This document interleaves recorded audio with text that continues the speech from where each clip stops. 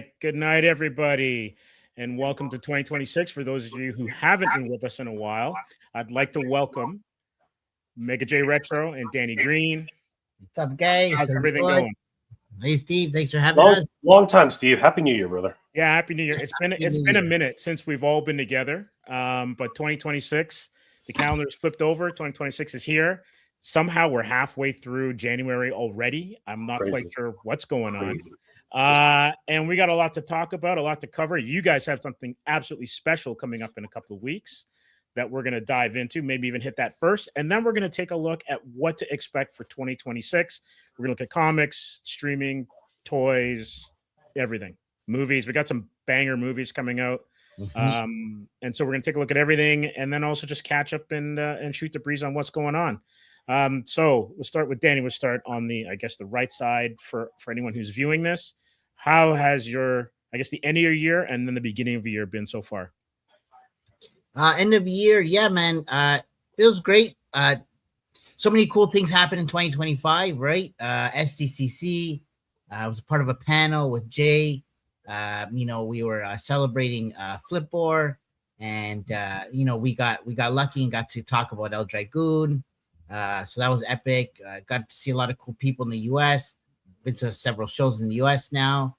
And yeah, it's been a wild adventure, the year flew by for sure, right? You just blink and it's done, right? And yeah, it's been great, man. I can't complain, right? A lot of cool opportunities.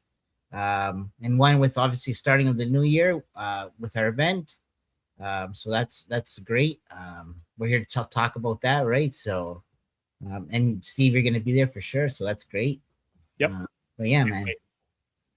Nice. And Mega J, what you got going on? Dude, it's been crazy. I've been sick for the last 3 weeks. The flu hit me. Damn, it hit me hard, bro. It's been bad this year, though. Like I've heard, it's been crazy.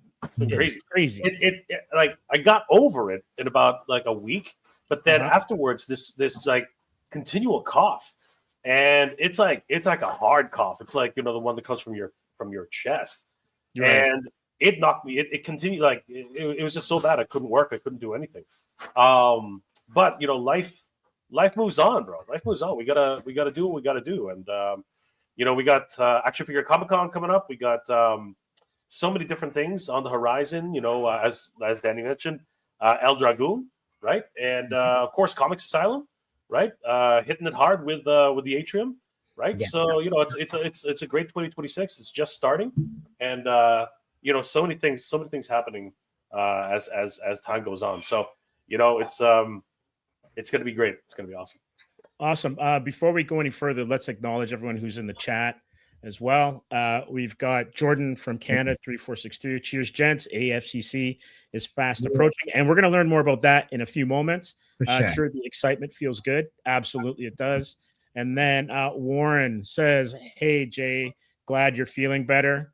It's been a bad flu season for sure. So Jay, it's good that you're back on the men. The Mass Figure Collector says hi from the hope you're and the family are well. Nolan B8B says hi, Jay, Steve, Danny in the chat. What's up? What's up, Nolan? Page MP8186. Happy New Year, lot. What's up, Jay? Video Power Gaming. Good evening. Bobby Delaghetto 6280 says cheers and what's up, as well as get well soon for sure. Thank you guys, appreciate all the well wishes, right? Danny and I I think everyone went through a bout of something over the holidays, so great to be back. And you can still hear it in my voice. It's still kind of like up and down, a little rattly, but you sound pretty strong, so you're good. Yeah, and way better than when I was doing a live with Danny the other day. That was just horrible. I had to duck out like halfway through. It was crazy, but we made it. Danny. We made it. So. That was intense. Sure. We got another comment here from Warren. Got the Black Wizard is awesome. Nice. Yeah, mine's in the mail. We'll see how he looks. A brand new Master Universe character after 43 years. So very, very cool. Okay, well, better late than never, as they say, and they've got a flick coming up very soon, so it makes sense to try to get as much merch out. Yeah, we are optimistic. in this film. So it's this year, right? it is in May. Sorry, no, it's in June. It is in June. So okay, so we got a lot to talk about then when we we'll cover that as well. The really crazy thing about that, not to go too off topic, there still hasn't been a trailer. So this is no trailer. So we're still all on bated breath. Is this even coming out? Right? There's a lot of speculation going on right now. So let me throw this out there: are they saving their money and add space for Super Bowl? I would like a sleeper. You know what I mean? Remember back in the day when, like, the Matrix, if you remember the early advertising for the Matrix, it was so ambiguous. There was nothing. They showed like the drip effect, and then just what is the Matrix, and that was it. So you were left wondering what the hell are they freaking talking about, right? Exactly. And then very, very close to the release, that's when you start seeing these trailers where people are running on walls and jumping through windows and things like that. But that was it. You had no idea what was coming. So I wouldn't mind if they kept that kind of suspense all the way to the end, because this actually has been pretty under wraps, other than the leaked photos that they've allowed out, because those were not leaks. as well as some like leaked casting, and it's almost like they're almost market testing. Like obviously they're far down the line in terms of production, but it's almost like a lot of this is market testing to see what kind of feedback they're going to get to decide how they want to market it. By now, it better be close to wrap. You know what I mean? If they're not close to wrap now, May is what, like 4-6 months away? It's not even. I can tell you straight, there are some Marvel movies that have gone to market, and they're still doing the VFX. Yeah. No, I totally get that. I've almost opening day. I've seen that type of chaos. I mean, we know for a fact that Justice League literally lost their director, right, and had basically just like they had to push that up. The release of that one had to be pushed back, right? I mean, it happens. And then that's and you and I talked about this already.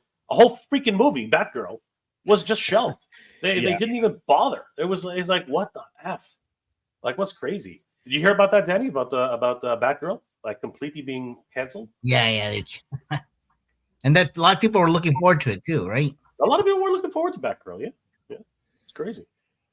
Yeah, it's weird, and that was shelved also for economic reasons, right? They could use it as a write-off.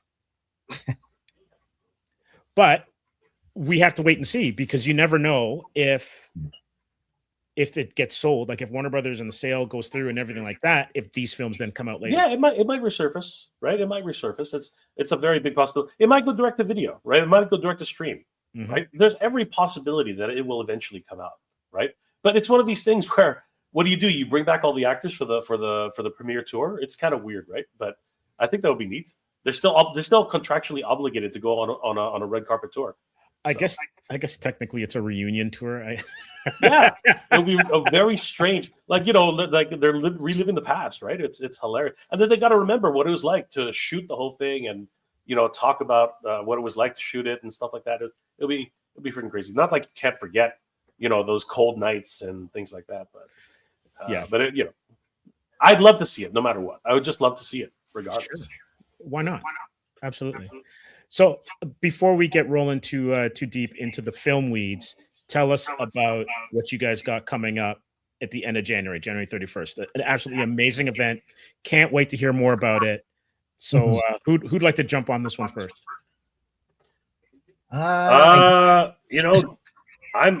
always up to talk, but Danny, why don't you take us through how this all came about? So the Action Figure Comic Con, it's happening January 31st, 2026, and how it came about.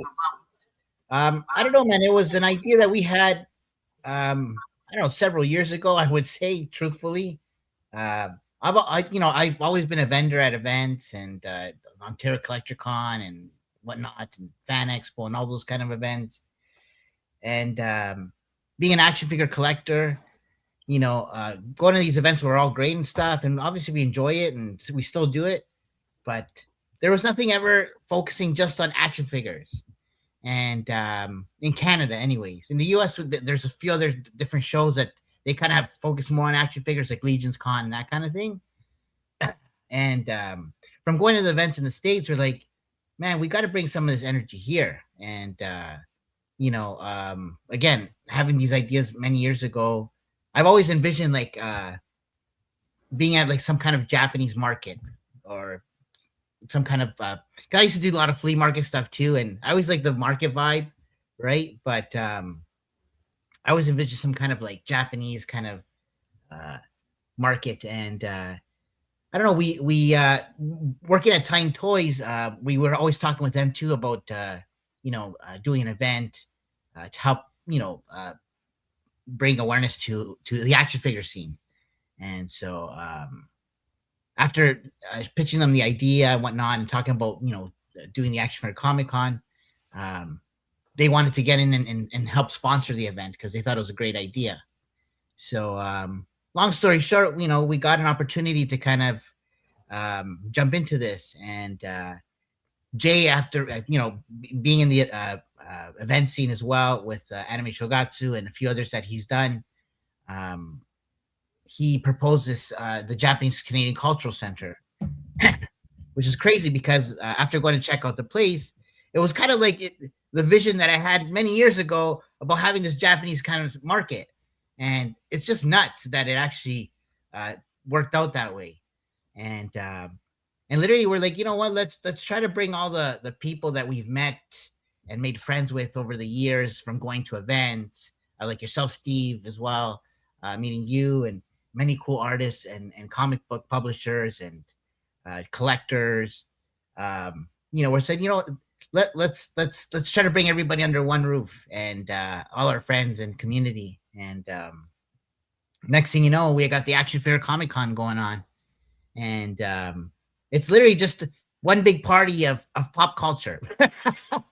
And yeah, man, we're obviously focusing on action figures. We're gonna have like a big toy photo diorama or exhibit, gallery type exhibit to highlight all the photographers and toy community around the world, and locally, of course. And then we know a bunch of cool people like C. Jessam, who work with Four Horsemen doing their soft goods for their action figures. He's a local guy.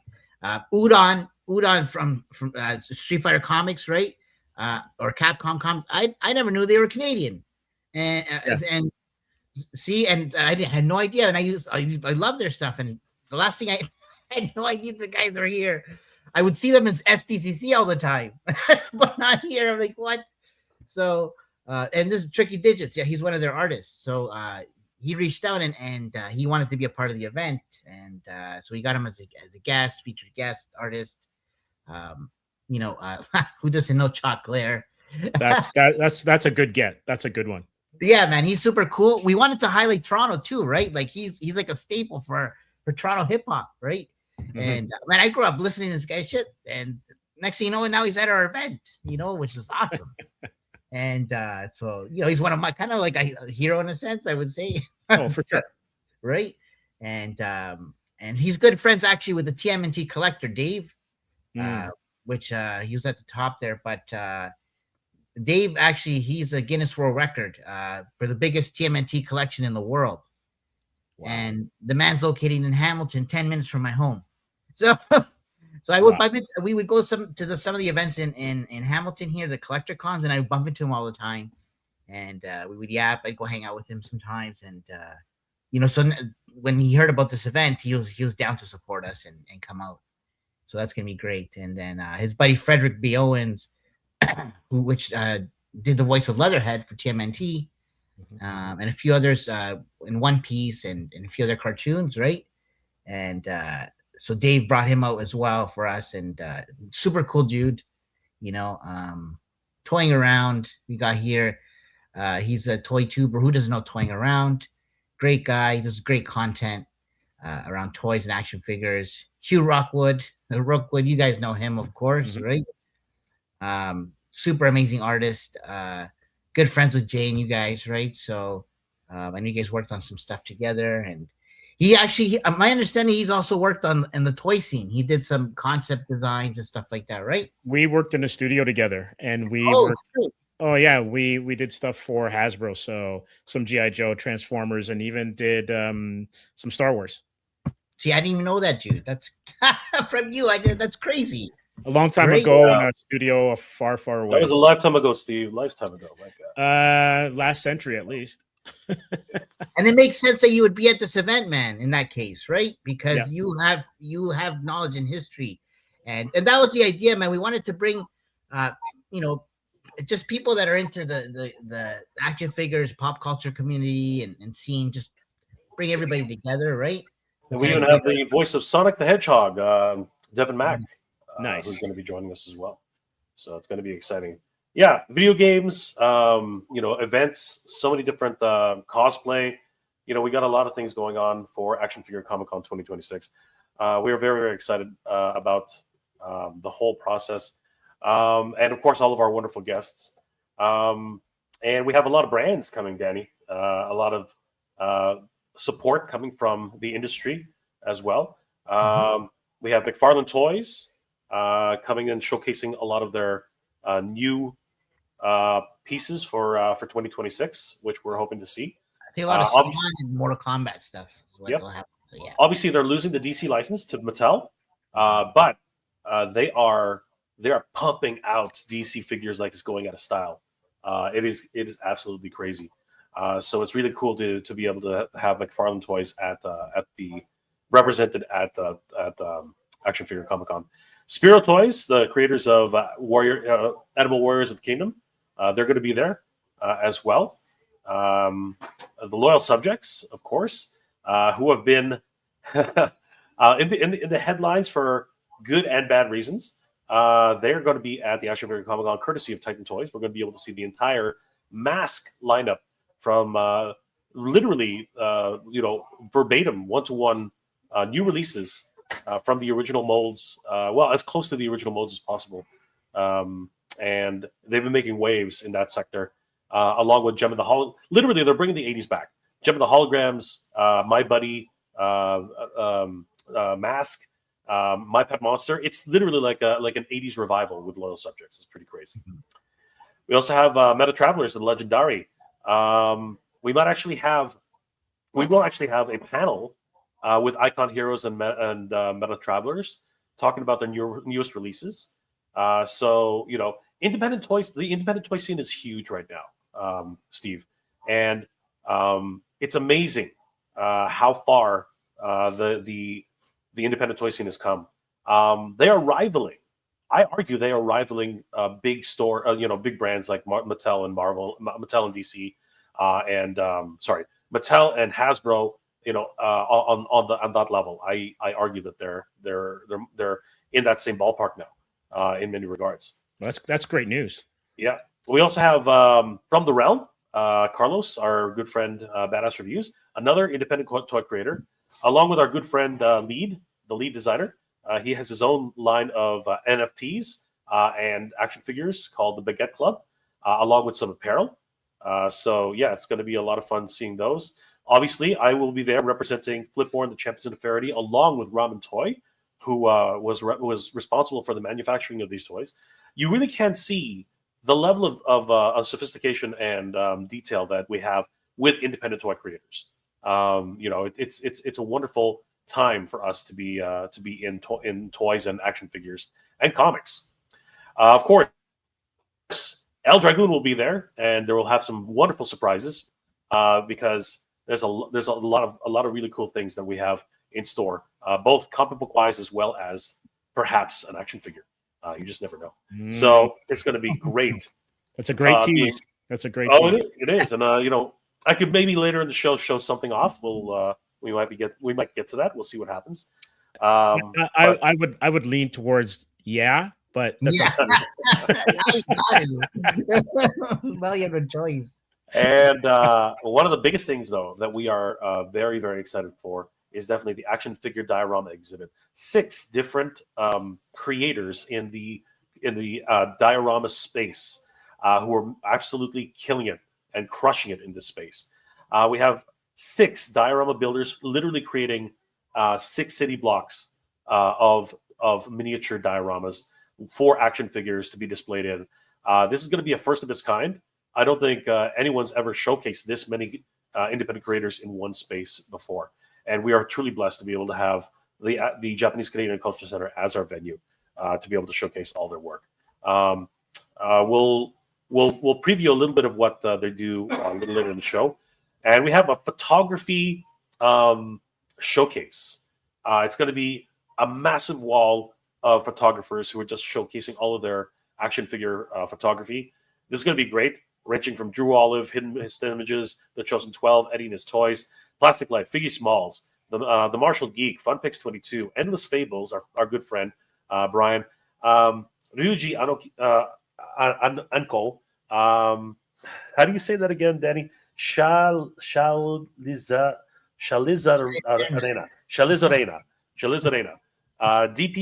DTPMPM. MP. Yeah, that's always. I don't know when to stop. I just don't know when to stop. And so many more. I mean, these guys are all talented, incredible photographers. Agent Gomez, of course, huge in the toy photography scene. No Chewing, good friends of ours. The Badass Reviews. I mean, the list just keeps going. It's amazing how many submissions we got. And of course, our good friend Emerald Knight Photo. Yeah, Danny, it was hard picking enough people because we just kept getting submissions all the time. So, but it's amazing seeing all these guys. So all these photographers are from around the world. There's a handful that are coming from locally from like Toronto and then Montreal. Even guys are driving in. So that's going to be cool. But yeah, a lot of these guys are all over the place. And but together we're just one big community. We're always sharing our photos, and the work these guys do is just epic.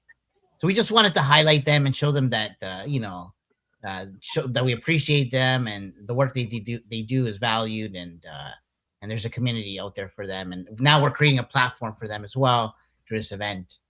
So. Yeah. Sounds great. Just one second. I want to get to some of the comments. Sure. We've got Omizi just finished a cosplay I'm working on for AFCC. Can't wait to see it.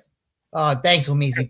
She's been awesome. She's been supporting us from day one, and she had some giveaways going on, and she's just been supporting us with doing content and getting the word out. So thank you to her very much. Appreciate her. Nice. We've also got the Real Skeletor. What's up, guys? We've got Skeletor? Geeks Have Game. What's up, y'all? Nick Hedge Us is working but tuning in. Thanks for doing that. Oh, Nick, he's one of the Dio guys. Oh, he's one of the Dios. Oh, sweet. Oh, Nick, what's up, brother? Appreciate you. And we've got merch. So can you scroll back up to the top? Nice. So you got hats. Yeah, we got some snapbacks. We got some t-shirts. Actually, you know what, Danny? We have our t-shirts here. Well, we should have probably been wearing them. You know, it's funny. Actually, we went to the Price is Right. You know the show. Oh, really? Yeah, man. And so you went to a studio taping of it. So we ended up in the overflow line because we got there late. We got tickets to potentially get in, and then we didn't end up getting in, but we ended up getting into the line and stuff like that. And we all wore these shirts. We actually have some pictures somewhere on our Instagram about it, but yeah, there you go. Nice. And they're beautiful. They're nice shirts, man. So yeah, there you go. That's cool. So hopefully we'll have some of those on site. A lot of people have been asking us for some merch to be there, and hats and hoodies and stuff. So we're gonna try to get those out. But man, there's so many things going on. So many moving parts. It's a big challenge to get to everything, but we're trying our best to put on a good show for everybody. So, but yeah, there you go. That's the merch right there, man. Red Hat's very popular right now. People are asking about that, so we'll hopefully get those out. And then we've got Nick chiming in again. Hi, yes. Dio, is coming along. Just final touches. Hey, excited for this opportunity. I can't wait to see what everyone's putting together, because dioramas are always like when you go to a convention, especially like San Diego. Yeah. And I was just recently in Brazil, and I went to their con, and it's amazing the stuff that they have on display. And it's always amazing to see when you have like the new figures, the new collections, and how they're all arranged. there's some artistry there that I don't think gets enough credit or Yeah, enough hype. right. Exactly. I say the same thing, man. And that's what we're doing here. That's exactly why Danny put this together. Danny was very instrumental, and we were inspired by going to other events, just like you said, like San Diego Comic Con. They have a whole bunch of great titles, but I think it was Legion's Con that really gave us, because there were guys there who were just creating huge vistas, massive, just like frescoes. It was crazy, literally come to life. You know what I mean? Like 3-dimensional frescoes. It was crazy. One guy had an entire, like, it looked like a roller coaster. It was insane. That's right. It was absolutely insane. Oh wow. Toyland as well. Brett, Toyland and Joe Lanta. Those shows were other great shows that had a lot of customizers and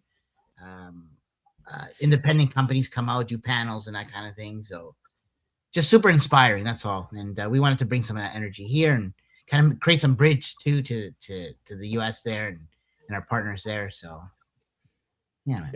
So yeah, guys, Action Figure Comic Con will be happening on January 31st, only 17 days away, at the Japanese Canadian Culture Center.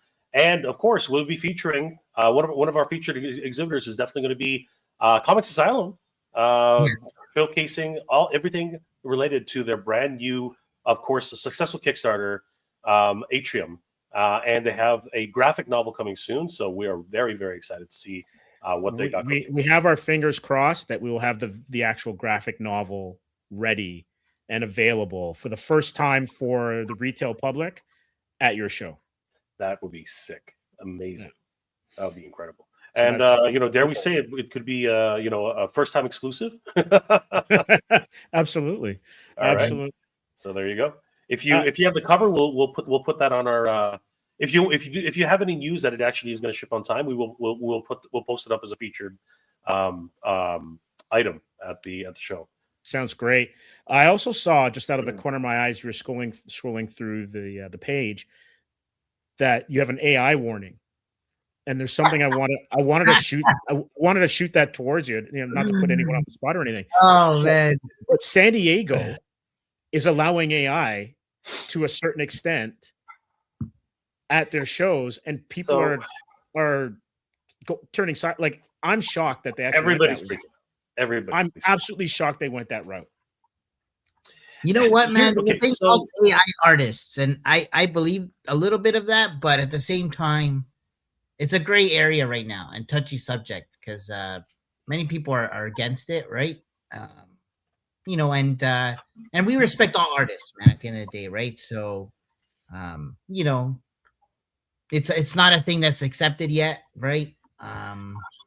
Widely, but it's getting there. So, it is a delicate. Exactly like what Danny's saying, it is delicate. As a matter of fact, we like full transparency, right? We actually did have a situation, rightly so, right, where somebody was very, very concerned about the use of AI in our advertising, and we understand completely what was going on there. The truth of the matter is, AI is not going anywhere. AI is only going to be proliferated, very, very quickly. I mean, like, everyone's encouraging it. Video game companies are encouraging it. But there is a big difference between ethical AI and just AI slop. And there's a lot of AI slop out there. It's absolutely just totally disgusting. Being used for anything, being used for, like, deep fakes and having people just say messages they never said. It's the Wild West out right now, right? And until they actually rein it in, we have to be very, very careful with AI. And to that end, we have made a commitment to be very mindful about any AI generated imagery.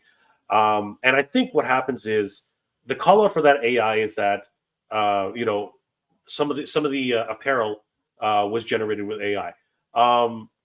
It's the designs themselves. Let's put it this way. The designs themselves are 100% original by our artists. Okay, the designs themselves. The logo is an original piece. The designs are original pieces. All the poses, if anybody's wondering where those poses came from, they actually came from one of our photographers. So we got permission to use them. So all like the designs of the apparel are 100% original. The hoodies themselves, the snapbacks, quite possibly could be generated by AI, but that's apparel being used. You know what I mean? So I think that is in a sense ethical. You know what I mean? That's not something that we're trying to hoard this off as something that doesn't exist. They do exist, right? But we have to manufacture them eventually, right? But having said that, I don't think that it's out of the realm that those are products which will eventually be created in real life, right? So in a sense, there's been a shortcut been made, but at the end of the day, we understand what people are concerned with, and we're totally sensitive to that, and we've actually Danny himself has actually made a full statement on our stance on AI. So we truly understand where the community is coming with this, especially the artist community, who is very much affected by this. Even the Actors Guild, everybody who stands to be affected by AI in its entirety. Even my own channel. Like, someone the other day just literally messaged me and said, "I'm really disappointed you're using AI." And I think it had to do with a thumbnail, which I took from one of my fellow toy tubers and Instagram accounts, who created this wonderful AI generated version of the royal family from Eternia. And I thought it was cute. I thought it was a nice message, right, for the holidays. And yeah, it is AI.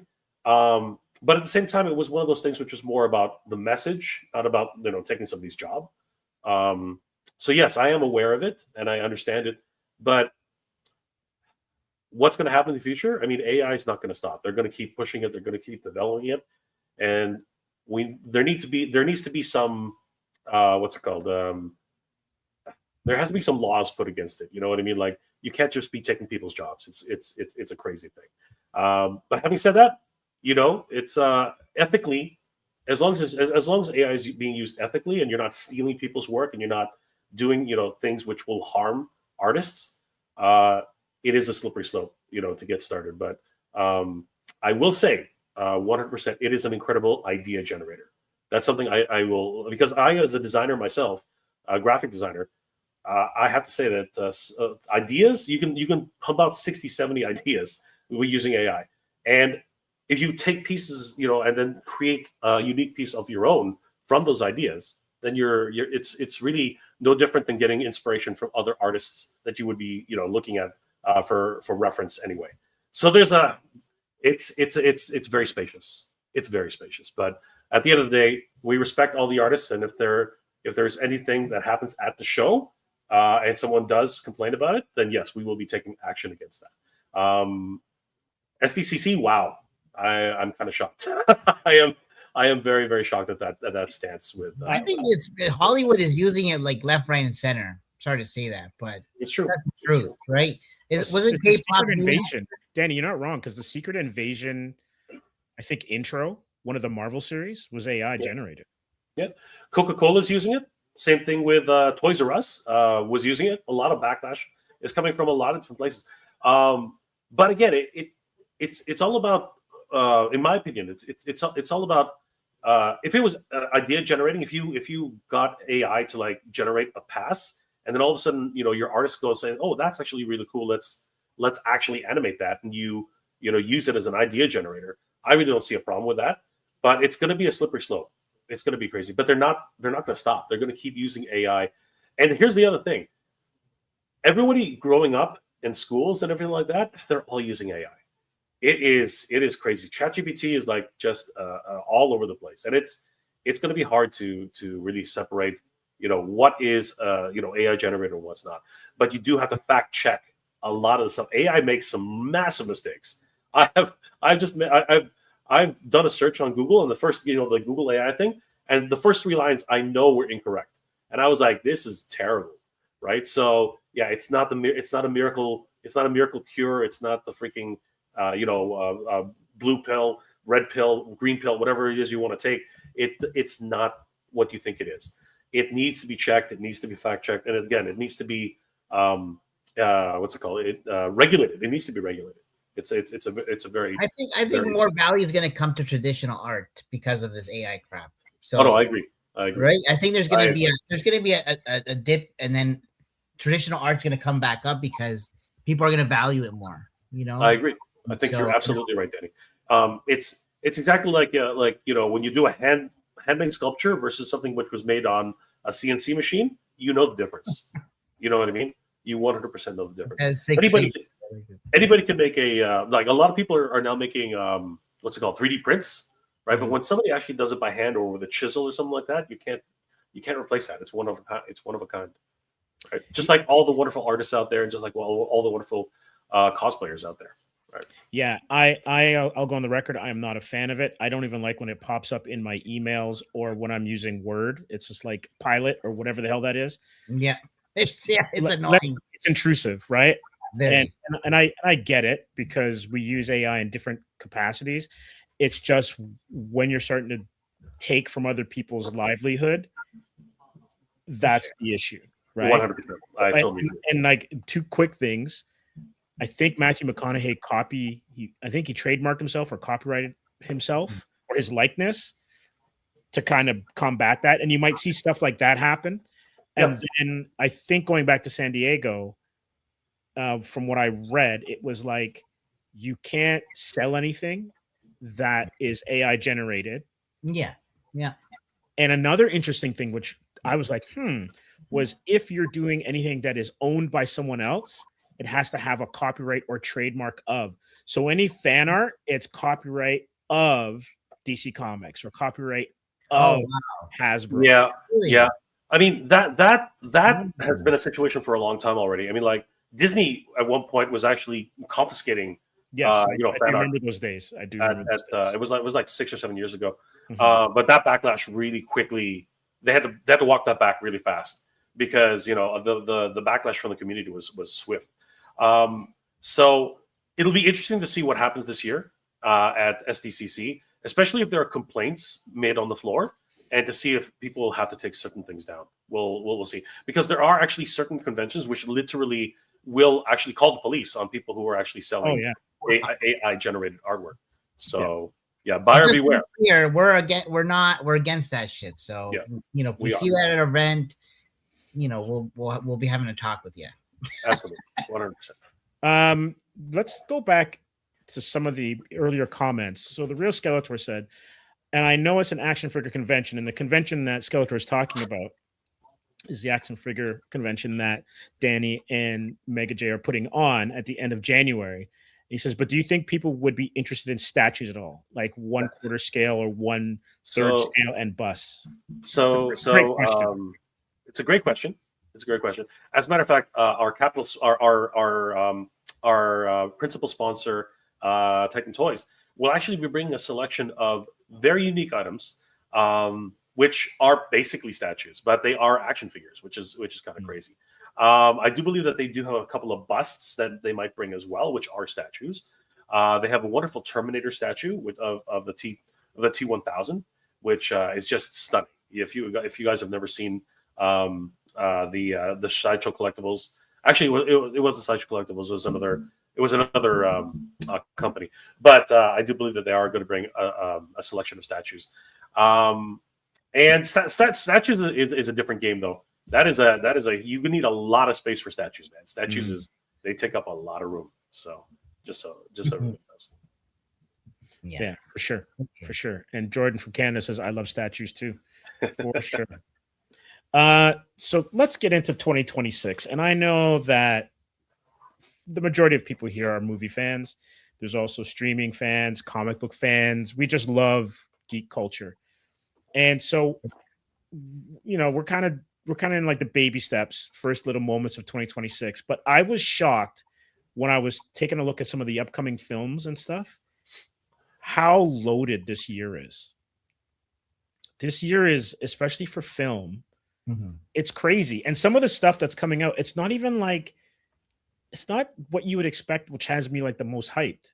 We're gonna put up IGN and take a look at their breakdown of what films are coming out by month. And I gotta say, I was like, wow. So Mhm. let me see here. IGN's wait, wrong screen. Let me go back here. I'm sharing the wrong one. We'll save that one for another time, for later. Let's see. There we go.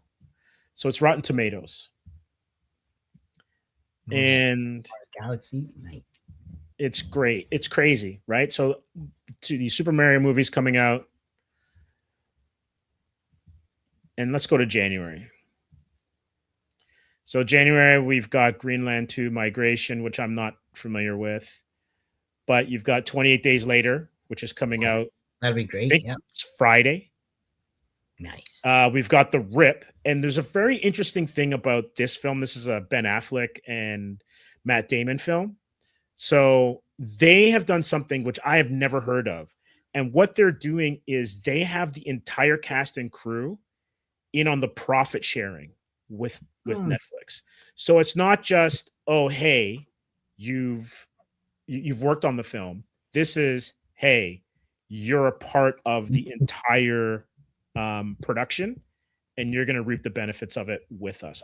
I've never heard of that ever. Why do you think they went that route? That's a great question. Maybe you know what? I'm going to throw it out there. They didn't get enough money off the top. That was great. So I was trying to be nice as a film guy. Yeah, no, I totally understand where that's coming from. I mean, famously, I think it was reported years ago that the third Matrix, and this needs to be fact checked, but I'm pretty sure I heard this once upon a time, but I heard that Keanu Reeves actually gave a portion of his paycheck from the third Matrix to the actual cast and crew, to the crew. Okay. I will fact check. I will fact check that right now. Mainly because at the time, and I think he felt that they just did not get paid enough for the work that they were doing, and it's one of these things where studios are doing some crazy things these days, like Sinners, right? Sinners. I think it was reported that the director actually got to keep the rights for the for the film. That is impossible. Like, I'm shocked that actually happened. And bravo for that, because to be perfectly honest with you, that allows him the creative freedom to do whatever he needs to for the next iteration of that film. It literally he pulled a George Lucas before in 2020 in 2025. Which is great. You know what I mean? Being able to control his own destiny. And with this, though, I think you're right. I think that probably they didn't get enough money. So what they had to do was to go to the cast and crew and say, hey, if you work basically for free, we're going to, spread around whatever profits we get from this to, after the fact. Which really does help to get a production like that going. Well, it's interesting because we're having a and you're both welcome to join us. We're having a stream tomorrow, and it's basically about creator rights, right? So for comic books. So one of the things is like, who is responsible? Like, when you look at the Marvel method, is it the writer? Is it the artist? Who gets the bulk of the share of who owns it, right? Unless you're like Mike Mignola and you're writing it and drawing it, right? There's no distinction, because I guess in the case of Wolverine, and we'll get into this tomorrow, the editor was then granted retroactively creator rights because of an edict that came about in the bullpen. And so you wonder, like, if moving forward, when you think of, yes, this is all kind of like work for hire, but if you are a troupe and Danny, you're absolutely right. Maybe what Netflix was offering wasn't scale for what everyone would expect, right? Mm-hmm. If you do where everybody's invested in the project moving forward, not saying that if you're in the special effects crew, you're not a creator in terms of ownership, but definitely you're part of the mix to get it done. I love that. Like, I really think that if everyone who's involved in it can reap the benefits of it and not just this top down kind of thing, that actually helps creativity. Yeah, more effort too, right? Like into Absolutely. yeah. Absolutely. Like I will tell you, being on a movie set, sometimes someone will whisper something in the director's ear and they're like, okay, well, let's try it. Depending on how open the set is. And some things make it in the movie, some things don't. But you know, if you don't say anything, you might be missing a gem that makes an element of the movie actually work. Right. True. Absolutely. Yeah. So moving on from that, we've got Send Help, which is, I think this trailer's out already, and this has Rachel McAdams in it. So yeah, she's a junior executive and trying to move up, but her boss is an ass. Her boss retires, his Yes. son takes over, and then it's a Survivor. It's like a twist. They become a Survivor Island, and she ends up being someone who can actually survive, whereas she's absolutely useless. She turns out to, what's the one with Tom Hanks and the volleyball? Yeah, that's Castaway. Castaway. So basically, she's like a Navy SEAL castaway, kind of figure. Because she flips when she's on the island. It's an absolute flip from her character in the real world. So it'll be interesting to see how that one goes. So this is now we're moving into February, which is Crime 101, which has a banger cast, right? It's got a lot of the Marvel cast when you think about it. But this is Hemsworth, Ruffalo, Barry Keoghan. I got that name wrong for sure. Jennifer Jason Leigh, Halle Berry, and Nick Nolte, right? So this one's a crime thriller. We've got Goat, which I'm not familiar with. It's what's it called? It's the star of the Golden State Warriors. What's his name? Steph Curry. Yeah, Steph Curry. He's the goat. Yeah. Right. Oh, okay. So it's a goat playing a basketball player. Yeah, it's a goat playing basketball. No, okay, I get it. Sheep Detectives, and then we got Scream 7. No way. Wow. Really? Yes, Scream 7. So that's kind of crazy. Another Scream. Nev Campbell and Courtney Cox are back. The Bride, which it's really interesting. It's a Frankenstein flick, and it's Bride of Frankenstein, and it looks like it's almost set in like a 30s kind of caper. Christian Bale's in it, Jake Gyllenhaal, Peter Sarsgaard, Annette Bening, Jessie Buckley is the lead in it. She's number 1 on the call sheet. We have Hoppers, which is kind of like it's an Avatar.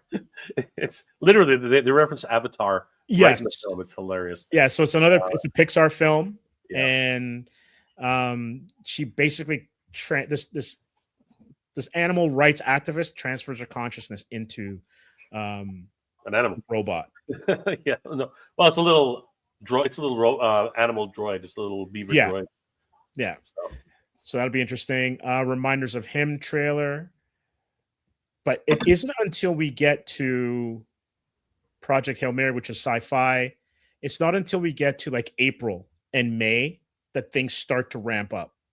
So the Super Mario Galaxy movie trailer, it looks like a lot of fun. Like we have this on our other channel. This one is hilarious. I like this one. I like this comment. Scream 7 is a musical.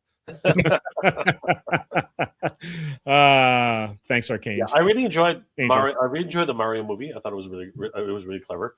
Imagination Studios is obviously very a very recognized studio. Them getting away from Minions is really good. Yeah, they can't keep doing Minions forever, right? But they've done other productions, but the Mario was actually very much of a surprise. I thought it was really great. And that one looks pretty good. If you are a fan of Galaxy, I think it looks very promising. Yeah, it's great. It's like it's a little bit of tongue in cheek, and the animation's amazing in it. Ready or Not 2, Here I Come. I didn't think this would get a sequel, but I didn't realize how big this film was. But Samara Weaving is back she's Grace for another round of chaos. It's a sequel to the 2019 hit, and it promises even more shocking twists and a killer new cast. There are a lot of these types of movies coming out now where there's someone trapped in a house and they're trying to escape. Like I think there's another one. I've been seeing a trailer I mean, you're probably going to see it here, so we'll track back to that. Yeah, definitely. Then we've got Apex. She's back in her action hero bag, starring alongside Taron Egerton and Eric Bana, who, welcome back, Eric. You have been missed. I really like him when he's on screen. In this thriller about a grieving woman on a trek through the Australian wilderness who finds herself targeted by a ruthless killer. The film is directed by Balthasar Kormakur, and who has plenty of experience with stories of survival, Everest, and Adrift. Michael Jackson gets a film. Nia Long's in it. Longtime crush for me. Lorenz Tate, Coleman Domingo. He's awesome. He's now doing a lot of films, but he's best known for Fear the Walking Dead. Devil Wears Prada 2. Cannot lie.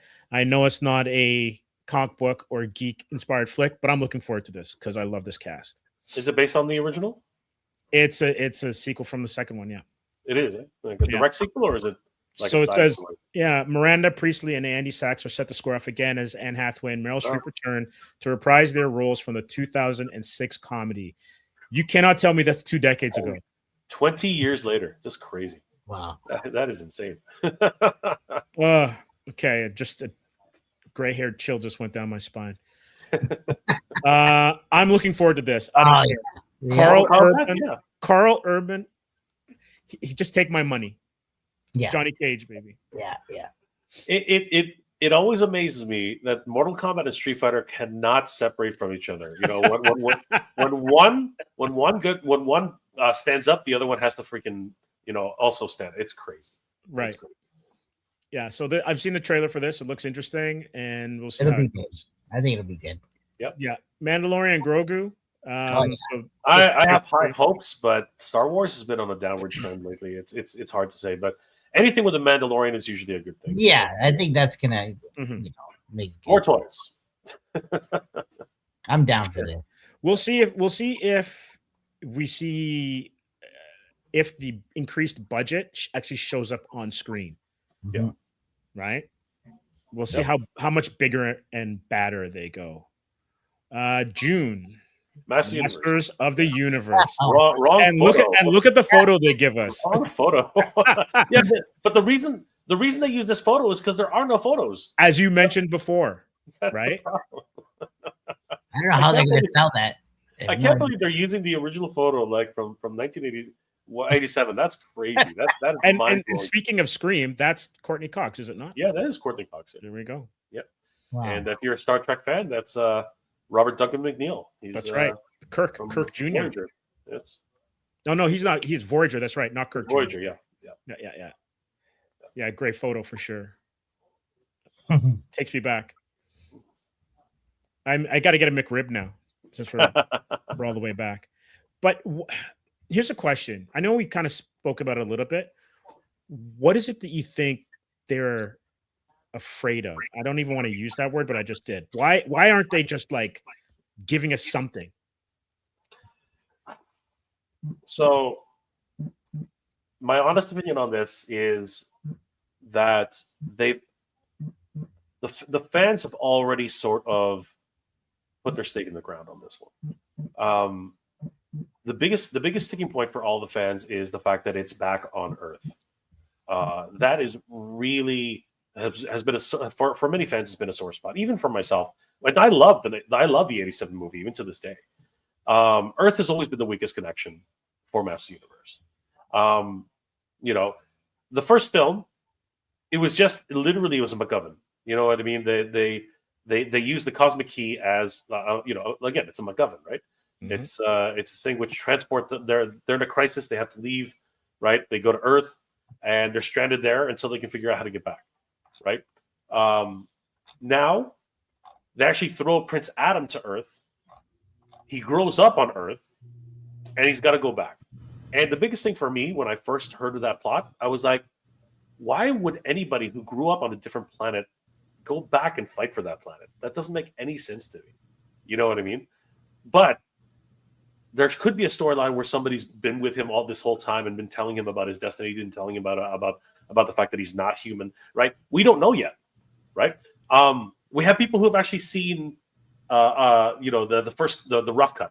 So they've actually seen basically their, the test audiences, right? I did a whole interview with one of the test audience members, and from that, there's been a bit more encouragement. But it's crazy.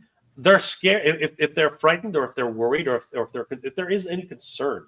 It is that once the trailer drops, it will, like, the fan base will be divided.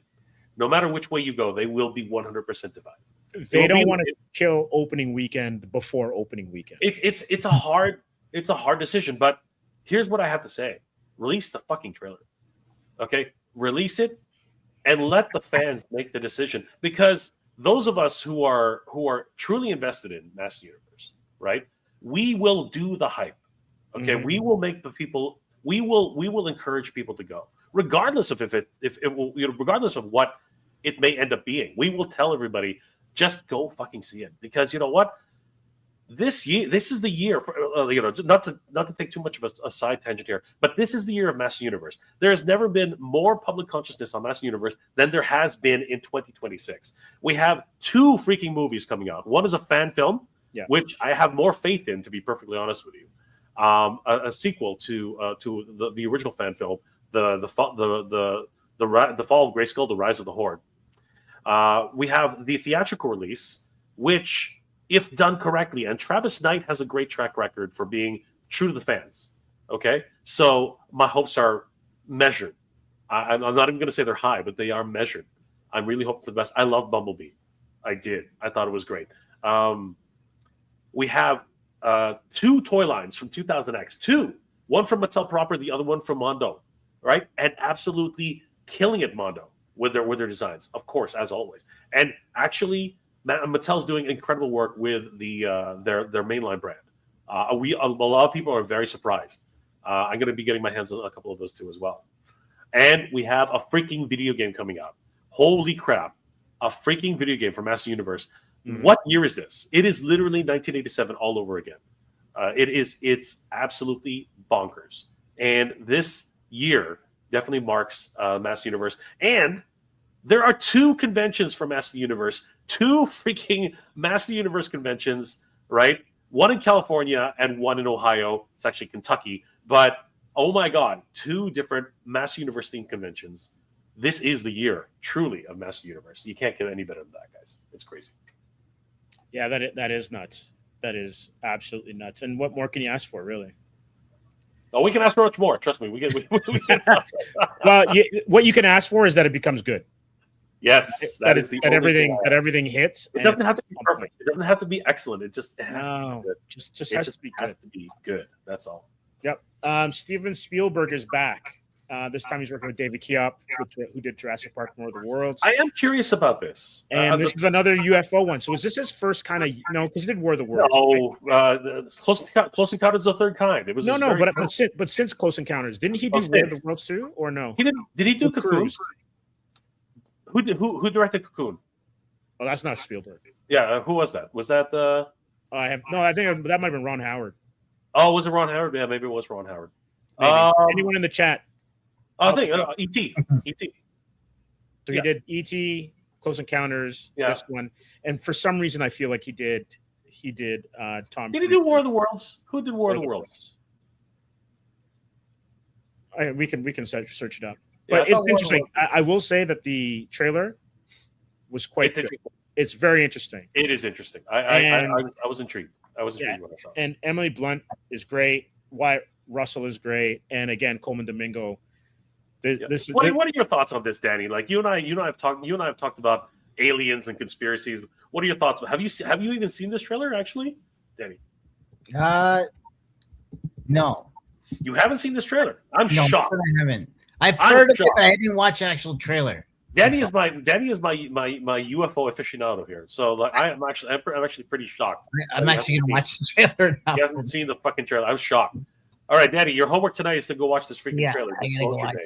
You gotta watch it because honestly, it is trippy, man. It is a trippy trailer. Oh yeah, I like trippy, especially when she starts clicking and bobbing. I was like, what the fuck is going on? Like, is that right? Oh, dude, She was going like. But doesn't she get like possessed or something by like the alien thing, or they're trying to talk? I'm not sure she was possessed, but they were speaking. I think they were like broadcasting through her. It was great. Yeah. Okay. I think I semi-seen it, but yeah. Yeah, definitely watch it again. Tell me what you think. Yeah. Tom Cruise and Spielberg did work together in War of the Worlds. Nice. Yeah. So it's good. It's good to know my brain isn't fully foggy. Yeah. Nice. Scary movie. So not only do we have Scream, Scary Movie is in the same year. We have a 7 and a 6. It's only one movie behind. It's crazy. It's unbelievable. That is hilarious. They're coordinating, man. Yep. Toy Story 5. So this is also the year. Are year. you kidding me? This is the year of the sequel. Are you serious? Yeah. Holy God. 2 Pixar films in the same year. That's crazy. And then Supergirl. Meh. In June.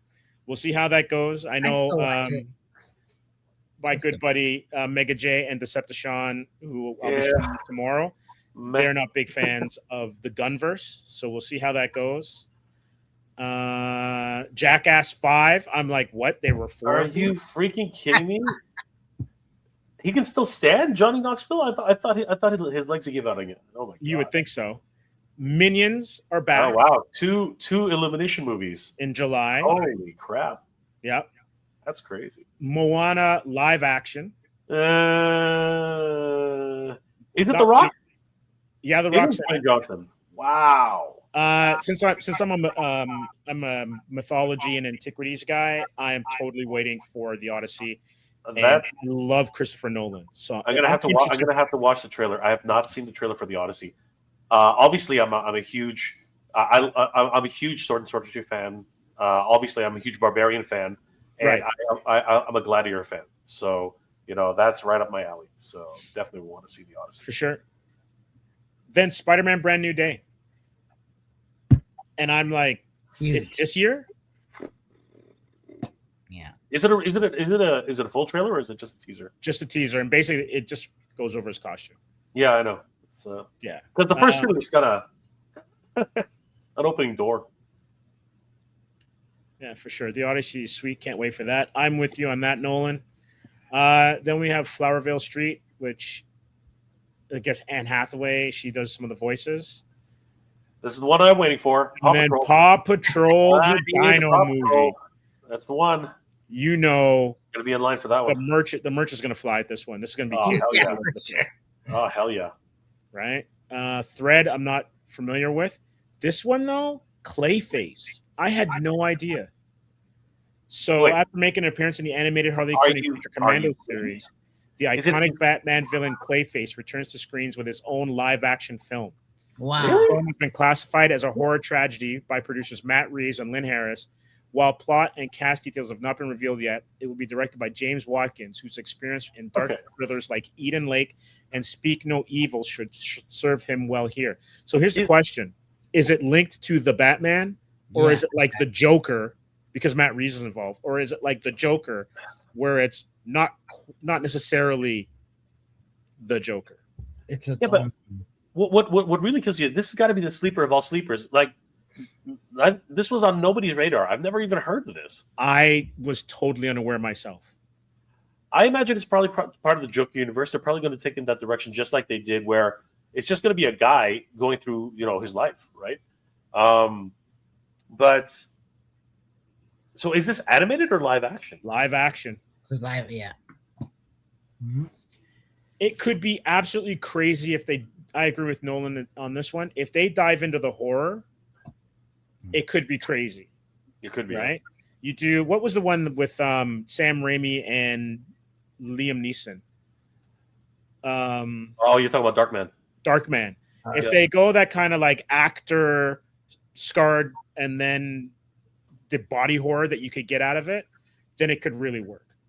Well, The Substance was insane. The Substance, man. Oof. I mean, like that. And you know what? That's right up the alley of Clayface. Absolutely. And don't watch, if you haven't seen The Substance, don't watch it if you are eating. That is basically Clayface. So that would be insane. It could really be good. Truly be something. Yeah. Right. 100%. Absolutely. October comes around. This movie Digger, that's actually Tom Cruise. That's Tom Cruise? That's Tom Cruise. And I don't know anything about this film, but I wonder if they're going to kind of lean into the stuff that he did in Tropic Thunder, where it's kind of like a ridiculous. I was about to say the same thing. The only thing I can see here is the his Tropic Thunder type of persona, right? Type of idea. Interesting. Yeah, Zigzag chimes in, says agreed with Clayface and Darkman, but you're making a protagonist from a villain. Yeah, that seems to be. But that's what the Joker was, right? But also like the entire Sonyverse, because they can't use Spidey as a solo film. Right? Yeah. So it's still, they're still not really protagonists in a sense. They still are villains, right? But they're written in such a way that we empathize with them, right? Mm-hmm. But that's what horrors are, right? Like it'll be interesting to see how it plays out. I'm interested to see a trailer. I think a trailer will be very good. Absolutely. We've got Avatar. Which one? The Legend of Aang, The Last Airbender, 2026. Wow, animated film. That's crazy. Then we've got Street Fighter. Oh yeah. So October is. Oh my god. November, Cat in the Hat. Which I haven't seen any of them, but this is the one I'm waiting for. Oh, -0. That's crazy. -0, man. That's crazy. I enjoyed Zero. I thought it was -1. Yeah, so this is the sequel. Yeah, so the Oscar-winning surprise to 2023 hit returns to theaters with a direct sequel to Takashi Yamazaki coming back to take the helm. We don't know much about it yet, or who will be in it, or what the story will be. But if the previous film is any indication, folks are going to be lining up for it. Oh yeah. -1. -1 was incredible. Yeah. -1 was like a tour de force. It was great, and I can't wait to see what they do with it. So humanistic, everything about it was just incredible. Oh yeah. We got here Shirid 2829. James Gunn said in an interview that Clayface is connected to the Batman movies in his original story. Nice. Okay, so we'll have to see how that goes. And rooting for Street Fighter, I think we all are. Yeah. I had mentioned on a stream a little while back, because when the trailer first dropped, we took a look at it.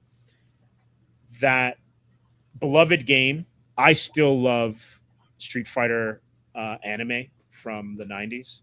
Yep. It's still like that the animation still kicks. Yep. No pun intended. And you kind of want, and then I actually went and rewatched the Van Damme movie. Yeah. It has a certain charm. It does. Right. And then you saw this one. It's like they are diving, and this is what I enjoy about it. They're fully embracing everything. They're fully embracing the designs, the characters. I think Sagat's the only character that doesn't show up in either the trailer which is so strange. Mm-hmm. Hopefully he will be in the movie. Oh, yeah. I think you'll see him. For sure. So we've got Hunger Games for those of you who enjoy that kind of stuff.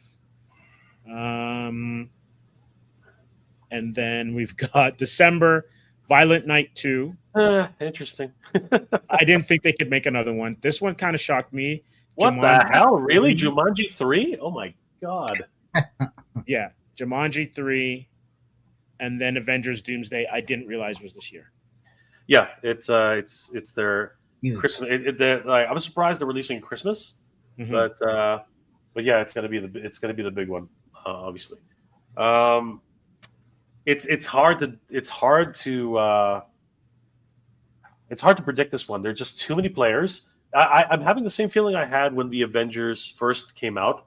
I was like, how do you put all those personalities into a movie? And then they did it 3 times over.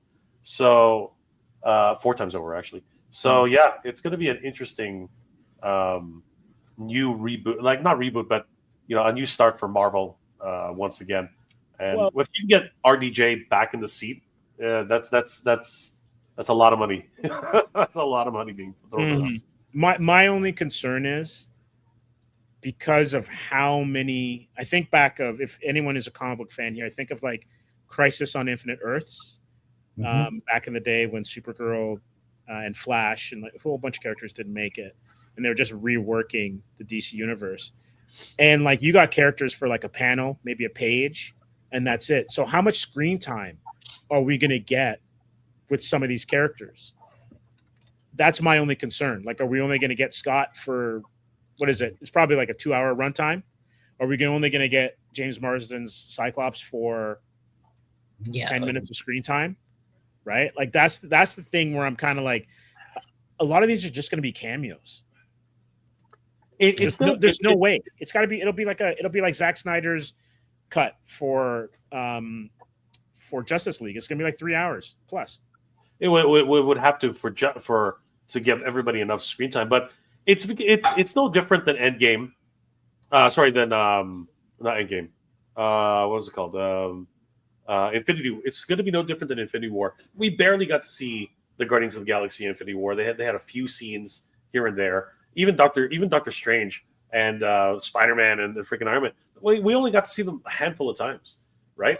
But what this has to be, if anything, has to be a setup for a larger universe. This, because again, this is like the heaviest of heavy hitters in the Marvel universe. Fantastic Four, Thor, the Avengers, like the freaking X-Men, right? A whole freaking team on their own. Oh, right. And it was just confirmed via Chris Claremont that Jean Grey, Famke Janssen, will be a part of it. Wow, that's crazy. And they even have representation from Thunderbolts, and it's crazy. Narmer's in it. Same thing with Namor. I guess Namor is what they're saying. Namor's in it. Same thing with what's it called? Wakanda. Wakanda's going to have a presence. Shuri's going to be in it. Because I think it's because of the trailers, the 4 trailers they've got, or 3. The Fantastic Four, the Wakandans, and Namor are going to be, that storyline is going to intersect. Yeah. And so I want to see if they plant the seeds for Namor and Sue, because that's a big thing in the comics. Like their will they, won't they kind of dynamic. So it'd be interesting to see how that goes. Yeah, let's find out. Anyway, we'll find out in December. It's only 11 months away, so. So true. Zigzag said that the Monarch trailer just got released, and they're digging it. I just saw that it was released. I wasn't aware of it. I haven't seen it yet, but I really am enjoying that series. Yeah. So is it season 3? Which Monarch? Which one is it for Monarch? It's the one with Kurt Russell, so I'm assuming it's the second season. I don't think they. Okay, second season, yeah. Because the first season was pretty neat. Zigzag also says that the MCU will become myopic to a single storyline. Prepare for it. I'm not sure about that. There's a lot of money to be made in multiple series, so we'll see what happens. Yeah, we'll see.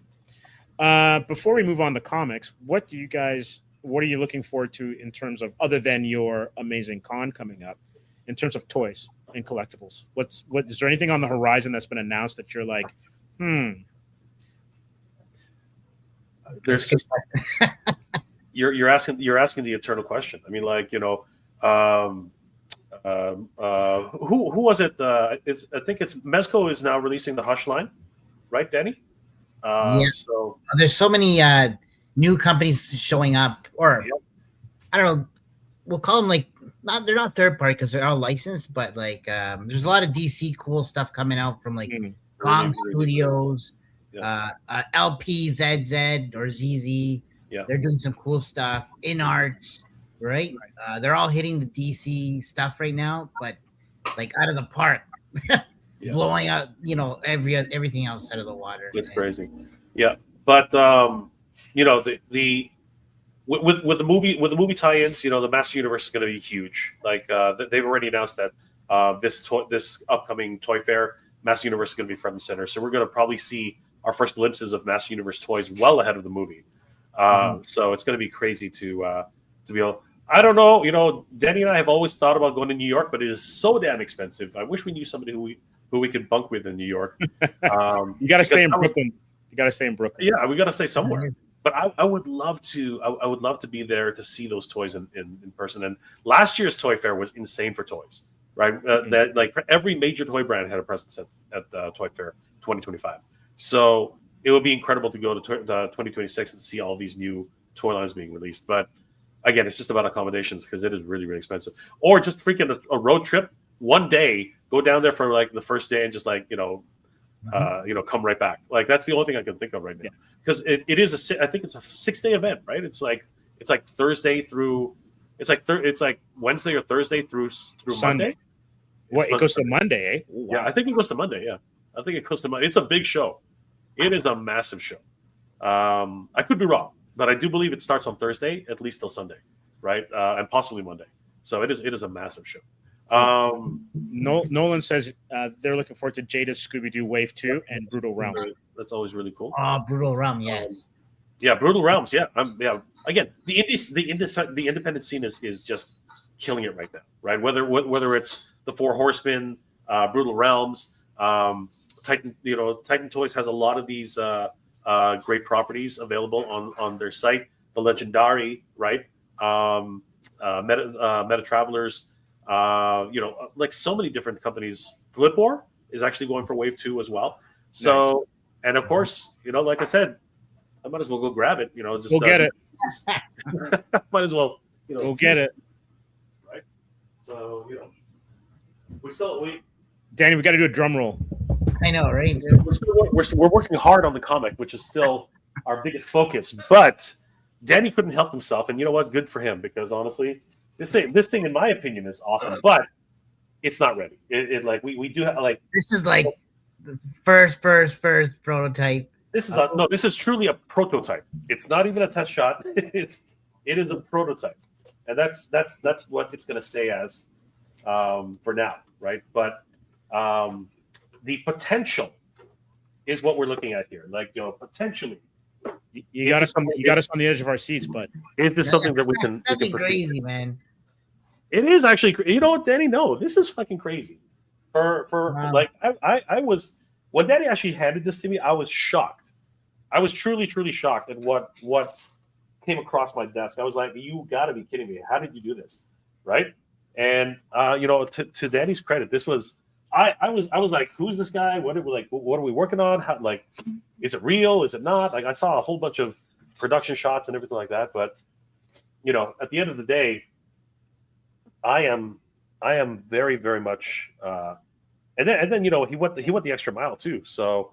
Yeah, guys. I mean, like, we've had what's it called? How do I say the problem? We've had customs, from fans, right? Oh yeah, but she got it here. Yeah. So Danny, bring the custom out first, and then we'll show. So Danny, bring up the custom. So yeah. Oh yeah, that's sweet. That's a custom figure, but then if you look, but then you pull it back, right, and then you go to this one. On my screen, I mean, that's freaking crazy, man. Like, seriously, you can see the difference in articulation, right? Mm-hmm. Look at the detail. You know what I mean? Like, again, this is a prototype. How many points? This is a prototype. Yeah, but how many articulation? Like 32 or something like that. Yeah, 32. There's a lot of points. Yeah, but. And then look at the right the face sculpt again, and this needs a lot of work. But I mean, you have some stuff cooking right now. The possibilities, the possibilities are coming soon. Or what's there. Like, again, the independent toy scene is cooking, man. The independent toy scene is cooking, and there's a lot of opportunity out here. There's a lot of opportunity. So yeah, lots of crazy stuff. You guys will probably be able to see this at Action Figure Comic Con 2026 as a special treat. Again, this is a early prototype, guys. This is not even is not even anywhere near done. But the fact that we have, something, just to be able to showcase and tease. I mean, you can see his butt crack for crying out loud. I mean, like, come on. Is that the Chris Evans of action figures? Yeah, we're hoping it will be. All right. So just for a Comix Asylum, we pulled that. Well, thanks. I'm glad that you debuted that here. And let's go back. We're going to come back to the toys that you're looking forward to in 2026. But let's go back to the Action Figure Comic Con and Zigzag. What are the guests at Action Figure Comic Con like? Do you guys want to go back into that again and just refresh anyone who is maybe coming into this? So we have several guests, very very influential guests as well. We have for the toy side, we have Ace of Ramen Toy will be at the show, showcasing their newest product line, talking about the future of ramen toys in the for 2026. So we're very very excited about that. We also have myself and Danny are going to be on a panel with the legendary Meta Travelers, as well as Flipmore and the Champions of the Faraday. We're going to be talking a little bit about Wave 2. And who's the other one we're going to be on the panel with, Danny? It was another Icon Heroes. Yeah, we're also going to talk about them, and courtesy of Titan Toys. The TMNT collector, he's the Guinness World Record holder for the largest TMNT collection in the world, and he lives in Hamilton, Ontario. Pretty crazy, Steve. Pretty crazy. He's literally down the street from Vaughn's office. So what's crazy is that you wouldn't think Hamilton's got a lot of like interesting things and is cool and all. I would not have thought that individual, the person that owns the most TMNT, would be in the Hammer. That's of all things, right? Of all places, yeah, for sure. That's probably the most exciting thing in Hamilton right now. You gotta reevaluate your preconceived notions. Yeah, I can get into the potholes too if you want. That's like super exciting. But that's voice actor wise, we have the wonderful Frederick B. Owens, who voiced Leatherhead in TMNT, as well as what's it called, One Piece, and a whole bunch of other voices on cartoons and anime. So he's definitely going to be there. And as I said, Devin Mack will be there, the voice of Sonic the Hedgehog, as well as Total Drama Island. He was also on a whole bunch of different he was on Beyblade. He was on so many different productions, anime, cartoons. So yeah, he will also be there as well. And we do have some music artists as well.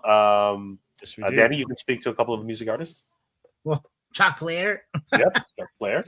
Who doesn't know that? Who doesn't know Chuck Claire? Legendary rapper. Man. Yeah, I grew up listening to that guy, man, going to the clubs, partying on the weekends and stuff. So, but it's definitely cool to see him to come out. We have Kevin Dahlman, which is a former, cool. Yeah, he's an NHL player. Yeah. You know Kevin Dahlman. That's cool because he's gonna be on. I like hockey, so okay, cool, man. Yeah, he's a good friend of ours, and he's got his own pop culture clothing brand that he's gonna come and show off and that kind of thing as well. And his kids are super into anime, so they're gonna be coming with him as well, and they're gonna be enjoying the event with us. And then we got Zach Fax. He actually is a music producer, a music producer, and worked with Drake and a few other guys. So he's a huge TMNT collector as well. I sold him a few of my pieces, but he's coming out to partake and hang out. And if you have questions regarding the industry and that kind of thing, that's the guy to talk to, right? Yeah. We also have some comic book artists. We do have Hugh Rookwood, who has his own brand new comic book release coming for Chosen Studios, Apocalypse 4 Vagabond, which is exciting. It is a retelling of the original tale in a new light and direction, and I'm very excited for this book. It looks incredible. Obviously, having worked on the first production. But this one's taking it a brand new direction, brand new writing, brand new whole brand new storyline. So very, very excited about that. Our good Vince Sun is going to be there. Vince is going to be one of the artists as well. We also have some toy tubers coming.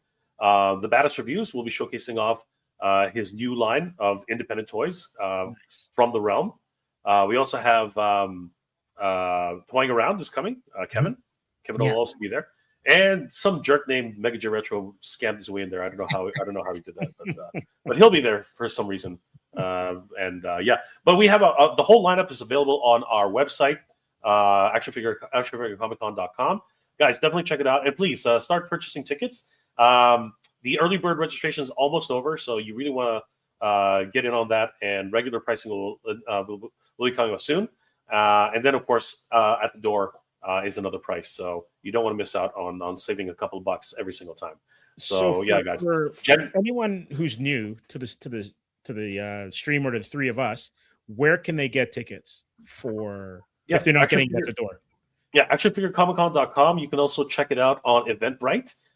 Search for Action Figure Comic Con, and either way, you'll be able to get the tickets, and whichever one you're more comfortable with. So there's two different options for you. We also have a VIP pass, which we're calling the Grail Hunter Pass, which gives access to early entry. Show starts at 11 a.m., but there's an early entry for 10 a.m. So for the collectors and the Grail Hunters column, they'll get access to the event early and get to the collectibles before everybody else.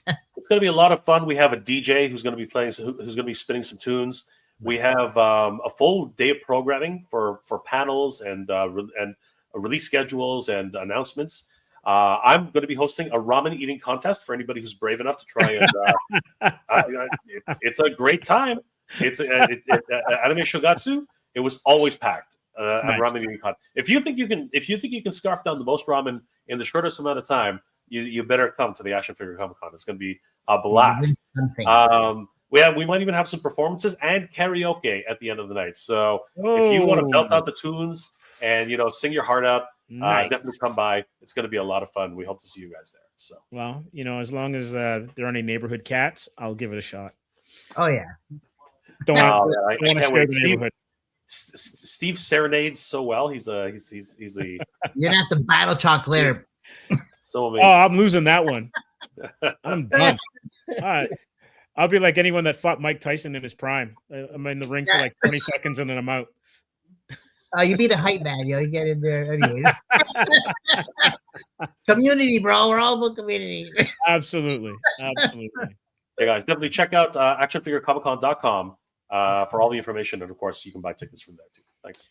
For sure. And so any other toys I think we had said Master of the Universe. Is there anything else that is on the horizon? Like I said, is there anything coming out of McFarlane since they're pumping out everything before they lose the license? So they're pumping out everything, brother. They're pumping out things. There was a rumor coming out days ago. Proliferated our good friend over at the Reluctant Adult podcast that Conan O'Brien was getting an action figure, which he's not. It's actually a figure of Extender Man or something like that. I can't remember his name. So that was fun. But he is pumping out DC figures right to the last docket. So we're probably going to see McFarlane figures all the way till December, and probably into 2027 before the license actually switches over. So that's cool for McFarlane. Obviously, Marvel Legends just continues to pump it out. Looking like when the Mandalorian movie comes out, I'm pretty sure there's going to be a host of different toys well before the movie gets released. So looking forward to that. Danny, what's like on the Dragon Ball scene, or the One Piece scene? I'm pretty sure there's a whole bunch of different. There's some Tamashii exclusives coming out. Well, they're set to release soon. They're like I forgot where they're from, but they're not your typical Saiyan figures. They're from I think the Token Battle online game or something. Oh yeah. Right. They're coming with two characters which are pretty cool. They're not Goku and Vegeta, so which is cool. So looking forward to those. There's even some third party. I don't know if I'm allowed to talk about third party stuff, but we don't have any a Devil May Cry figures, right? Wow. And so there's some third party companies coming out with some Devil May Cry figures. Well, not Devil May Cry figures, right? I don't know. They're called Bro Toys, but they're really good. They do some really good work, and they're coming out with some like a not Dante and a not Nero and those kind of figures. So, but you know what, Danny, Storm Arena is killing it right now. Storm Arena's great. Yeah. Yes, yeah, you're good point. Definitely looking forward to the Alpha line from them. Been collecting them so far. Sagat just came out, so that's huge, right? Yeah, and then you know what, on the I mean, you have someone comment. Omizi said at the top, her comment, you beheaded him. Yes. I have to heat up. I have to heat up the figure in order to get it on top because it's not malleable plastic, so it would rip I think it's beyond janky. Okay, yeah, but it looks good when it's standing. So, we do have another. We have more cooking. Like that's just the first rendition. Yeah. Wait till you see the next one coming. Joy Toy is killing it right now too with their 1/18 scale. They're going to be releasing a whole host of different King of Fighters figures, as well as GI Joe figures. And that's the thing about one of the most exciting things about 2026 is that Hasbro and Mattel are both releasing licenses are for their most traditional brands that they've been holding on to for generations. Like GI Joe is actually getting figures in different formats. It's crazy. Like things are just moving forward, and that's. And if anybody remembers, Thundercats from Super 7, Silverhawks from Super 7, and now to complete the final trio, Tiger Sharks have finally been announced. Yeah, take me back. Have finally been announced for Super 7. So we are with the Rankin and Bass trifecta has finally been come full circle. So we're going to see Tiger Sharks, and there's so many questions about Tiger Sharks because do you release them in 2-packs? Because there's a pre-transform, there's the human and the Tiger Shark transformation. So how does that work? Because they look completely different when they're humans and when they're Tiger Sharks, right? So it's a mystery right now how that's going to work. So we are on bated breath to see how Super 7 is going to pull this one off. So yeah, a lot of great legacy brands that are coming out. I mentioned earlier that Loyal Subjects is literally bringing back the 80s. My Buddy, Gem of the Holograms, My Pet Monster, like crazy. My Buddy. The jingle for My Buddy still makes me laugh. Yeah. Dude, My buddy to me. It's Chucky's theme song, man. It is pretty much. It's Chucky's freaking theme song, bro. It's freaking crazy, right? And then you know what? Nacelle is really bringing it back, man. Nacelle is going nuts. They have sectors. They're bringing back freaking sectors, man. They're bringing back all the hand puppets. It's crazy from the sectors releases. They're bringing back the Cowboys of Moo Mesa. Holy crap! Like that is a line which I was shocked. They're rounding out their Biker Mice from Mars license. So bringing all these villains in because the first wave had no villains whatsoever. So now we're bringing back all the villains. And they're getting to Star Trek. I can't believe they're actually tackling Star Trek where Playmates basically dropped the ball. Now they're coming in and swooping in and making figures, which hopefully will be good. Although they're having a rocky start about it. They just released a press release apologizing for the manufacturing process at this stage. So it's going to be interesting to see how far along they get with the Paramount license on that and where it actually leads. Because I think we've seen some of them at SDCC. We did. We saw some really great ones, and they look good. But for 1/12 scale figures, they look amazing. They have Captain Kirk. They have what's it called? The Genesis device. They have a whole bunch of different characters coming out. Captain Janeway, Crud. Commander Kruge, or whatever his name was. A lot of different beautiful characters that people have always wanted, but have never really been produced. So it's going to be interesting to see how Nacelle goes about this. So looking forward to that. It'd be good to get a system. Yeah. Well, it's crazy how many new action figures are coming out in 2026. Before you hop on what you're going to talk about next, are there any? What's the state of crowdfunding toys in 2026? Yeah, the independent scene is crazy. The Mighty Orbots just got their successfully funded action figure set. Wow. Can you believe the freaking mighty Orbots? Like, absolutely crazy. But it comes at a bittersweet moment, because I have to fact check this, but I think that it's not all roses and sunshine on that one. I'm not going to mention what happened, but there's a bit of controversy, not controversy, but there's a bit of a bittersweet moment on that one. I'm just going to leave it at that. But the Mighty Orbots, man, crazy. Like a really obscure cartoon from the 80s getting a freaking toy line in 2026. Insane. I don't know, Daddy. What? I think you're looking forward to Odious. Oh yeah, I backed that one for sure. So I think hopefully, I don't know if it's this year. They should be out this year. Hopefully. No, I don't think so. I think no, another year. That's the deal with Kickstarters and action figures.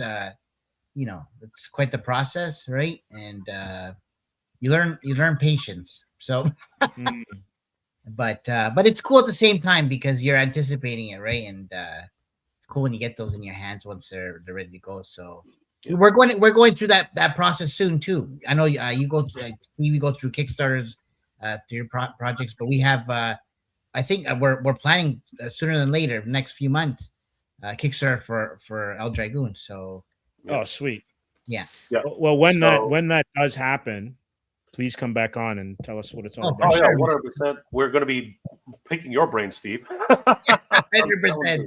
What's left of it? And there's just a whole bunch of different indie toys.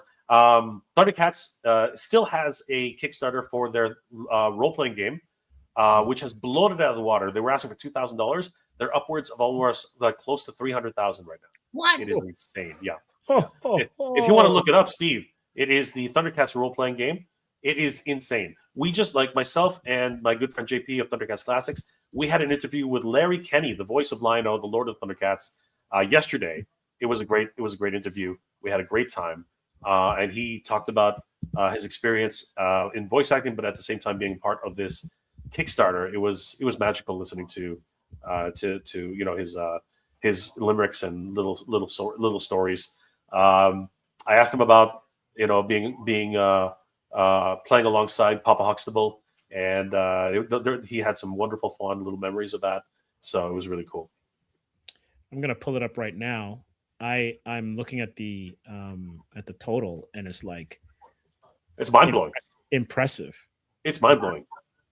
Yeah, quarter of $1,000,000, guys. They've raised on a $2,000 ask. They raised $250,000. They have literally what is that, Steve? 2,000%. I love that. Funded in 1 minute. Yeah. Wow. You know what? I hope you guys don't mind. I wouldn't mind clicking the go for video it. just to see what Click this is the all video. about. Absolutely.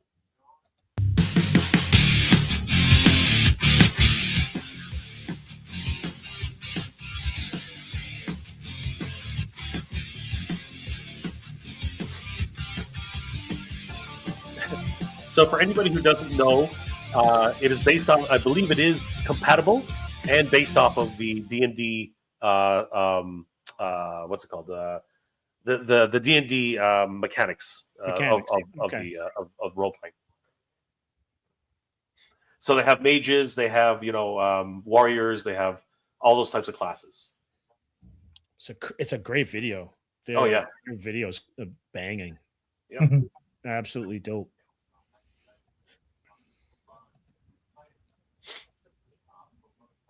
Interesting.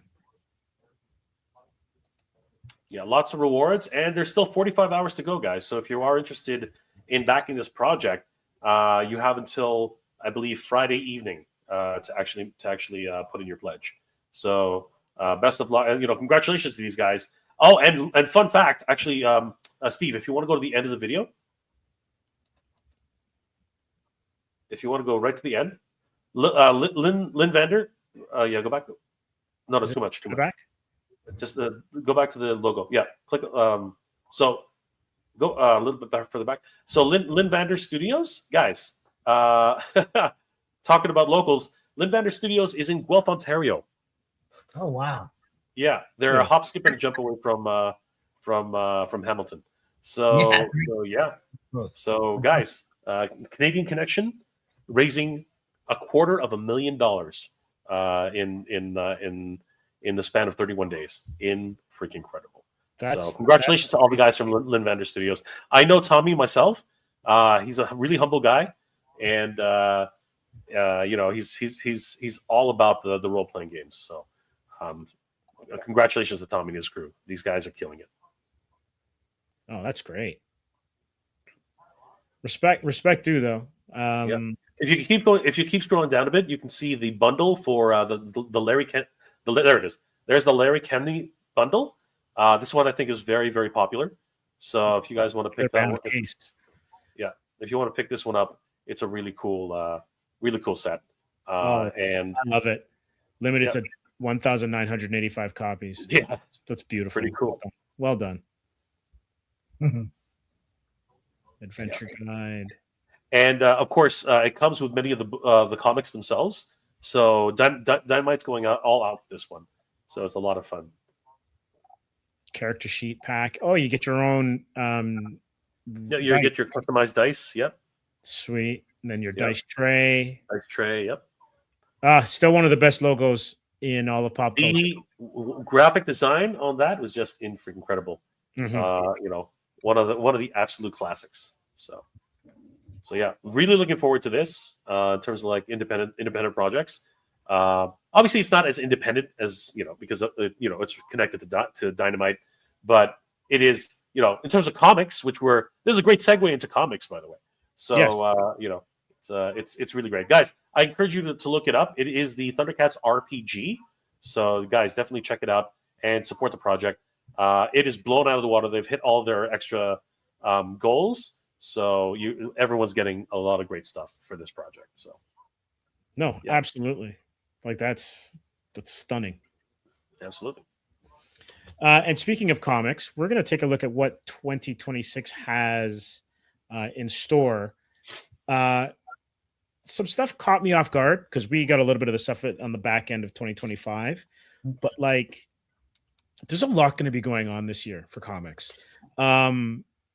Major crossover with Marvel and DC again, this time with, I guess, the granddaddy of the crossovers being rebooted, this time with Spider-Man and Superman teaming up again, with Marvel having their own version and DC doing the same thing as they've done with Batman and Deadpool and some of the other ones that they've had beforehand. But like Archie's getting a reboot. And it looks like they're getting updated. I haven't seen a lot of what's coming down, and it's not from Archie Comics. Is it Archie? So is it Archie proper, or is it like like Riverdale? Sure. Not sure. I think it's got a Riverdale-esque kind of feel to it, but it's drawn with traditional Archie look with that waffle hairstyle. Really? Oh yeah, we're gonna dig into it right now. There's a lot going on, and I've been late to the game, but what I'm going to be doing in 2026 is I'm going to be hopping onto the Transformers G.I. Joe crossover and looking pretty crazy. Fully diving into that one.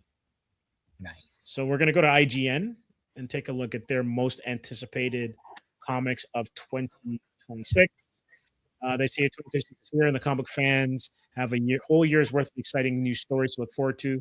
Marvel will be ushering a new era of the X-Men line and building to what looks to be one of the most consequential crossover events in years, Armageddon.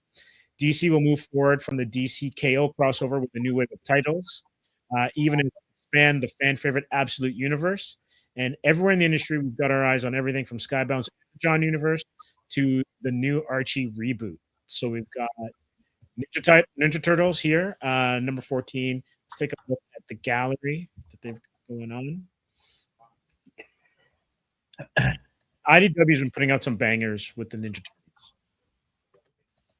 Sure. Oh, yeah. And it's continuing again in 2026. Art's dynamic. For sure.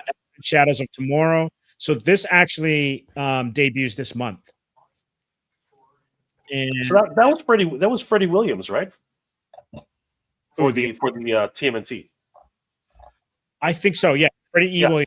Yeah, and so that's a new creative team. So Gene Nguyen Yang and Freddie E. Williams the second. they're helming the Great stuff. He always stuff, does yeah. incredible work on that. So most very definitely. exciting. Most definitely.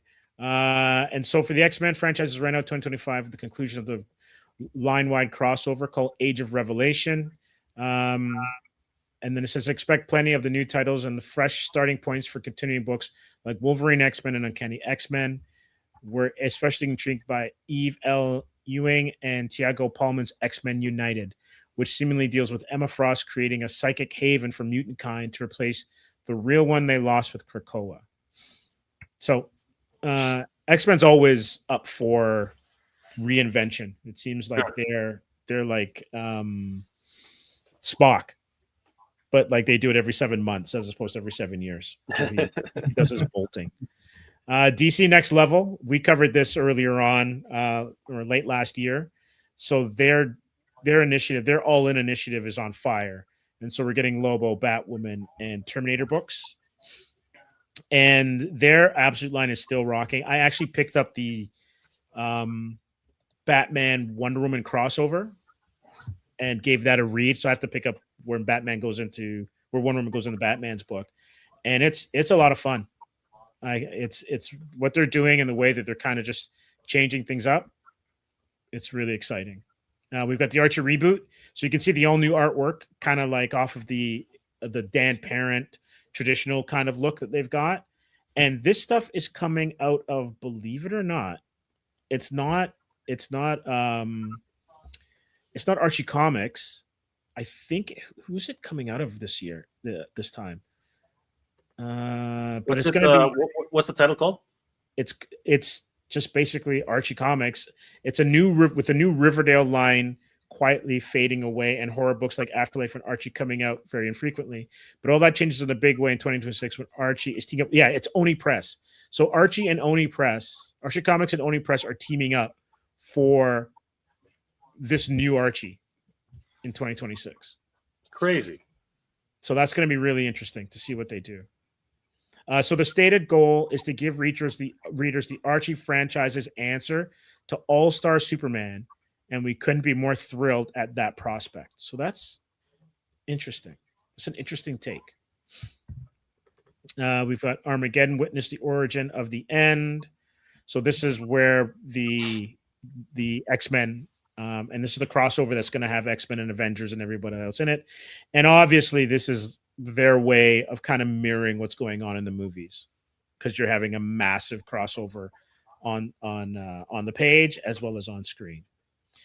So we don't know what the deal about Armageddon is yet, other than it's just being spearheaded by Captain America writer Chip Zdarsky, and it's said to shake up the Avengers franchise in a way we haven't seen since 2004 Avengers Disassembled. And that led into No More Mutants and everything as well too. So they're looking to reshape everything for Marvel, and Marvel could use a boost with the Ultimate line shutting down.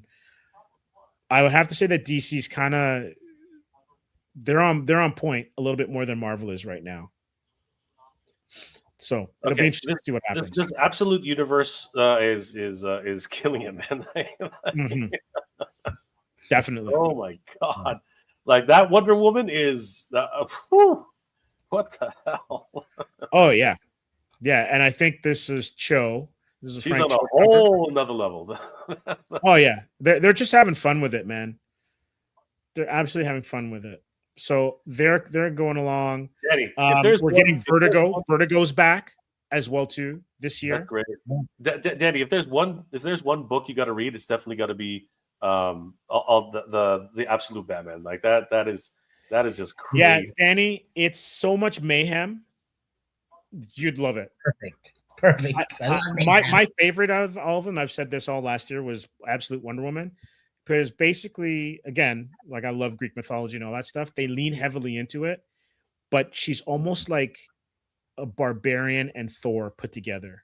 She's OP, man. She's way too overpowered. She is so cool. Oh, nice. Batman tries to challenge her, and it's just like, this is not going to go well. This is going to be bad. Yeah, so it was a lot of fun. Their crossover in her book was a lot of fun, and their dynamic is it's a good read. That's all I'll say. I can check it out. Yeah, check it out, brother. It's crazy. Negative Burn. Negative Burn. I'm not familiar with what Negative Burn is. But this is coming out of this is a Zoop crowdfunded book. So art by Joseph Michael Listner.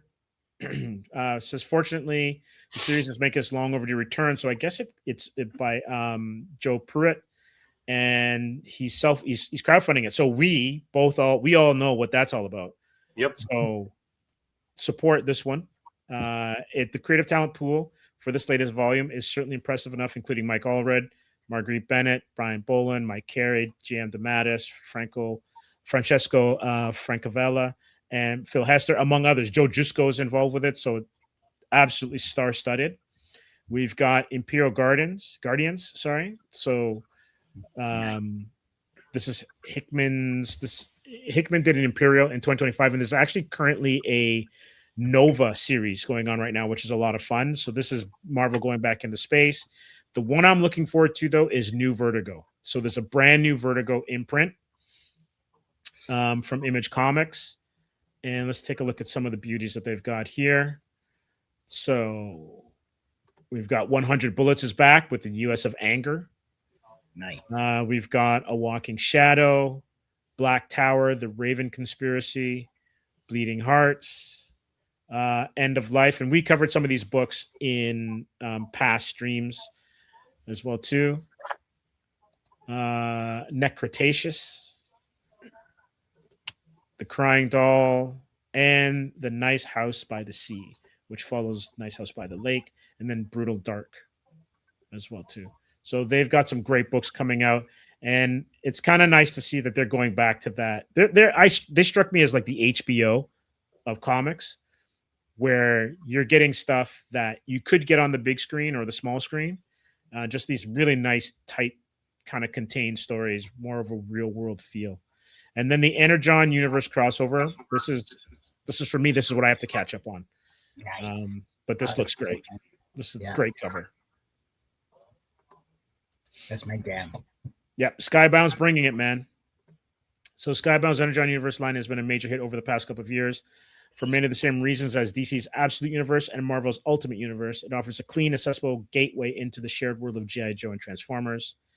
We're eager to see where the line takes us in 2026, especially as all signs point to even more interconnectivity between the various titles. For example, in March, G.I. Joe 20 teases the very first meeting between Duke and Optimus Prime.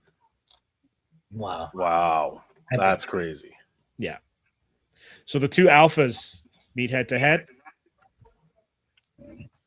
March is going to be fun. Yeah, sounds like it. It's going to be crazy. And then the Ultimate line comes to an end. So I really enjoyed the Ultimate line, and it's unfortunate that it's going away. But let's see how they handle it. Nice. All good. A lot of great things coming in 2026, though. Wow, that's freaking crazy. Oh yeah, and then like when you think of like the small screen, Monarch is coming back. We've had that's a good one. Yeah. Idris Elba's series Hijack gets another season, so that I think is on Apple. There's a lot of stuff that's coming as well too, for sure. Brandon, I agree with you 100%. Such good comics. Anyone that says that comics is kind of dipping, it may be dipping in certain ways, but the talent is there, and you just got to dig to find the stuff that's awesome. There's a lot of stuff on the independent scene. We've got creators here that are making good product, so support them. Obviously, we have tons of talent here in Southern Ontario. And hold on a second. Speaking of Southern Ontario, you dudes are Canadian. I live next door to Guelph. Yes, we're all Canucks. Yeah, you got it. Unfortunately. Speak for yourself, bro. I got maple syrup going through my veins. It's all good. Yeah. There we go. Yeah. But the independent scene, the mainstream scene, and with things like the Archie reboot and Vertigo, it's gonna come down to what do you buy? Yeah. Exactly. Yeah, there's a lot. We're spoiled for choice, I think, at this point. So, which is a great place to be in right now. So, Yeah, absolutely. Well, gents, we're going to wrap this up in a couple of minutes, but I just want to give you another opportunity to talk about the Action Figure Comic-Con coming up on January 31st at the Japanese Cultural Center. Yeah. What You know can what? say to kind of give us a little bit more info? Sure, but I also did want, taking the opportunity. Obviously, we're here at the Comics Asylum, and we really want to give you guys some exclusive looks at certain things. Danny, do you think we can showcase a few new elements from El Dragoon? I think that some of the fans That'd be here fantastic if you've got that. That'd be a great way to end off the stream. What do you think, Danny? Should we tease a little bit? All right. Okay. All right. So as the kid used to teach, used to say, "Do it, do it, do it." All right. So here is some crazy artwork from our good friend Sebastian Navas, who has been hard at work bringing us some of these crazy new visuals. So here we go. No words, but you can see the dynamic nature of the page. I mean, not even going to explain what's going on here, but yeah, there's a lot of elements happening here. You can see so many different things, part of the actual mythos itself, but you have to definitely dive in deep for this one. That looks great. But before you go ahead, I just want to thank Brandon for becoming a new member. Oh yeah, thank you. Huge thanks to Brandon. Thanks, Brandon. Awesome. You're helping. Thank you. Really supporting the channel. Thank you guys. That is phenomenal. Oh, and the colors make it. Yeah, the colors. Oh yeah, that's great. Yeah. So, trying to bring it all together, right? It's going to be a great story. We hope you guys will enjoy it. And then something a little bit more traditional. We'll see some actual moments here from the book. I'm not going to get too far into it, but it's going to be a lot of fun. And again, look, this is a page. This is a real page. This is crazy. Mm-hmm. Look at all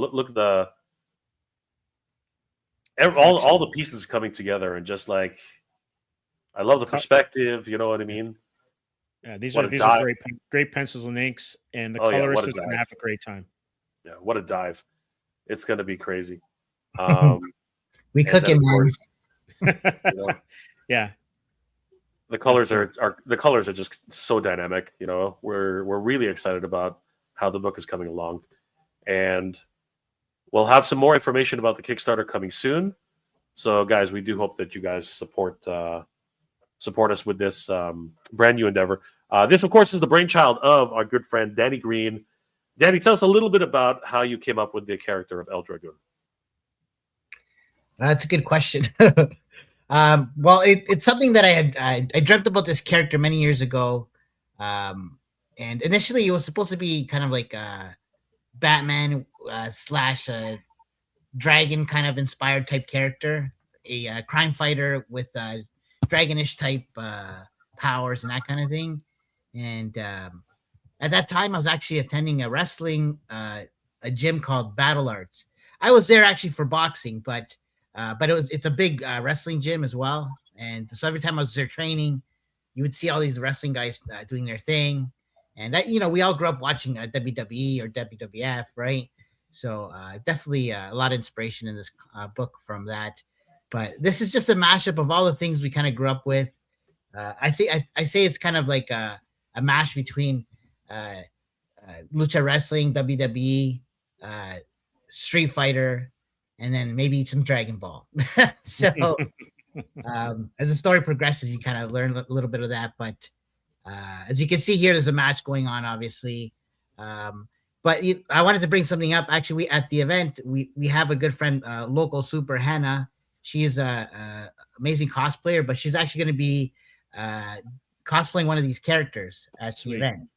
Yeah, so I met her at WrestleFest, and she actually won the cosplay contest, the wrestling cosplay contest there. And she came by our booth, and we chatted about the project we're working on. And she got super inspired, and she was like, "You know what, man? If you guys are going to be doing something with this, I want to help out and be a part of that." So then the AFCC came up, and we're like, "Wow, it'd be a great place to debut it and kind of show off some of the characters live." So, but it's basically about a luchador wrestler named Juan Juanes, who he's at the peak of his career, and then something tragic happens to him where he basically leaves wrestling for a very long time, and then something happens in his life that basically draws him back to wrestling and having to go back into training, and he figures out that he's a part of something bigger in the world, and basically the story's about that, following his adventure and him kind of figuring out his past and that kind of thing, and leading him to some crazy adventures and matches. So yeah, it's pretty cool, man, and great team behind it. Sebastian Nevas, the artist behind here. Damien is also doing the colors, and then we have Gilly Reich's Comics, which has been helping us with some of the script writing. And so collectively, we're kind of like Voltron right now, and and we're putting out a cool product. And we have a cool little fan base as well in the U.S. From doing some of the events there, and so we're going to be out there as well promoting it, and as well as AFCC. And yeah, man, it's just it's been a wild ride, right? And big, huge learning process. What it takes to make books and toys, and yeah, it's just been a lot of fun and a great ride. And this is just the beginning. So we're looking to take the story as far as we can, maybe into animation, Hollywood. Who knows, right? Why not? Why not, right? The cool thing is actually we got approached by some toy manufacturers and toy companies regarding our IP here. So yeah, man. So they're super interested in working with us, and so all I can say is stay tuned. We got some cool things coming. So yeah, so and of course, thanks again, Steve, for letting us come on to Comics Asylum and talk a little bit about Action Figure Comic Con. Guys, Action Figure Comic Con will be happening on January 31st, 2026 at the Japanese Canadian Culture Center, 6 Saturday in Toronto, Ontario. It's going to be great. We got a lot of wonderful guests coming, cosplayers, local cosplayers who are wonderfully talented and, again, have worked really hard to prepare for the show. Many of them are listed here on the Action Figure Comic Con page. Local super, lovely Miss Whitney, lovely Miss Whitney, Omizi, who's actually in the chat. Huge shout out to Omizi. She's been a huge supporter of the event, always shouting us out and giving us wonderful props. So massive shout out to her. Super Malbert, Pink Ranger, Jerry B. Debris. I can't even pronounce half of these names. The 13th Geek. A lot of great, wonderful cosplayers. The Kitty and Angel cosplay. Amanda 93 Wonder Woman. She's coming in from Montreal to come be a part of the event. So crazy. Love that. Thank you to her for doing that. Right. Toronto Vader. Very Costs. Midnight Sleep. Bunny Bombshell. Again, incredible, talented people. Big Jack Films, good friend of mine. He's going to be coming. And of course, he's going to have his traditional cosplay LARP battle. It's going to be fun. Hopefully, there's going to be enough room in the parking lot. We'll see what happens. Tony Stark impersonator. Again, I could keep going forever. These people are just absolutely talented and wonderful ambassadors for the event. They're going to be all participating in the cosplay walk-off, and we probably will have a masquerade at the end of the show as well, giving away some great prizes. So it's going to be a lot of fun. Please, guys, definitely head over to Action Figure Comic Con. Check out all of these guys. Click on their profiles. Each of these linked up to their Instagram pages. Definitely give them all a like and a follow, and tell them that the Action Figure Comic Con and the Titans Talking Toys sent you. Rody Media is going to be there doing some wonderful cosplay photography. So we're going to have a whole area set up for them. It's going to be a lot of fun. So if you want to get your picture taken, and of course we want to thank the Toronto Game Expo for their support. So guys, definitely check them out as well. And of course, we do want to thank our sponsors for the event, specifically Titan Toys. Steve, you asked about what our most anticipated figures were. I think that definitely the Hush line from Gong Studios is going to be on the top of many people's lists. I mean, this they've just been making waves on this. I mean, look at the Superman from Hush. He looks crazy. Yeah. The soft goods, the all the additional accessories. Obviously, we see Poison Ivy taking over Superman's consciousness there. But you see the underlay body on top of the suit, just so crazy. The head sculpt is just like on point. Everything about this character is just. I will argue that's the best hair of any Superman sculpt ever. Look at that. It's got the little curl. It's got the little curls, man. It's got body. It's got the curl. Yeah. Oh yeah. It's got everything you've ever wanted. GOG Studios is really killing it for their overall line. I mean, they first came on the scene with Kingdom Come Superman and Shazam, and they've just continued to make waves. And this one's available for pre-order right now on TitanToys.com for only $125 USD, $31.25 USD plan for only 4 payments. But then we got tons of other things on TitanToys.com. The 85th anniversary. Holy crap! 85 years of freaking Wolverine. Can you believe that? No. Maybe Marvel. It's Marvel, yeah. It's Marvel. But I mean, like 85 years of Marvel. And yeah, man, like he's looking pretty square on that head. That's actually pretty cool. Yeah. Yeah, he's definitely got the new body. The proportions that's him. That is definitely Wolverine. Very stocky, Mm-hmm. right? And very traditional in terms of his overall look. Available for pre-order on TitanToys.com, only $34 USD. Oh, it's a reissue. And then we, of course, have the amazing Yamaguchi Reveltech. If you want ultimate posability, Steve, this is the ultimate posability for any action figure. These guys go above and beyond for their dynamic poses for action figures, and this really shows it. The symbiote Spider-Man. I mean, look at that pose. That's just ridiculous. Even what's it called? The Maximum Spider for Marvel Legends just cannot compete with this level of dynamic pose. I mean, look at that. That's just insane. That's right out of the comics.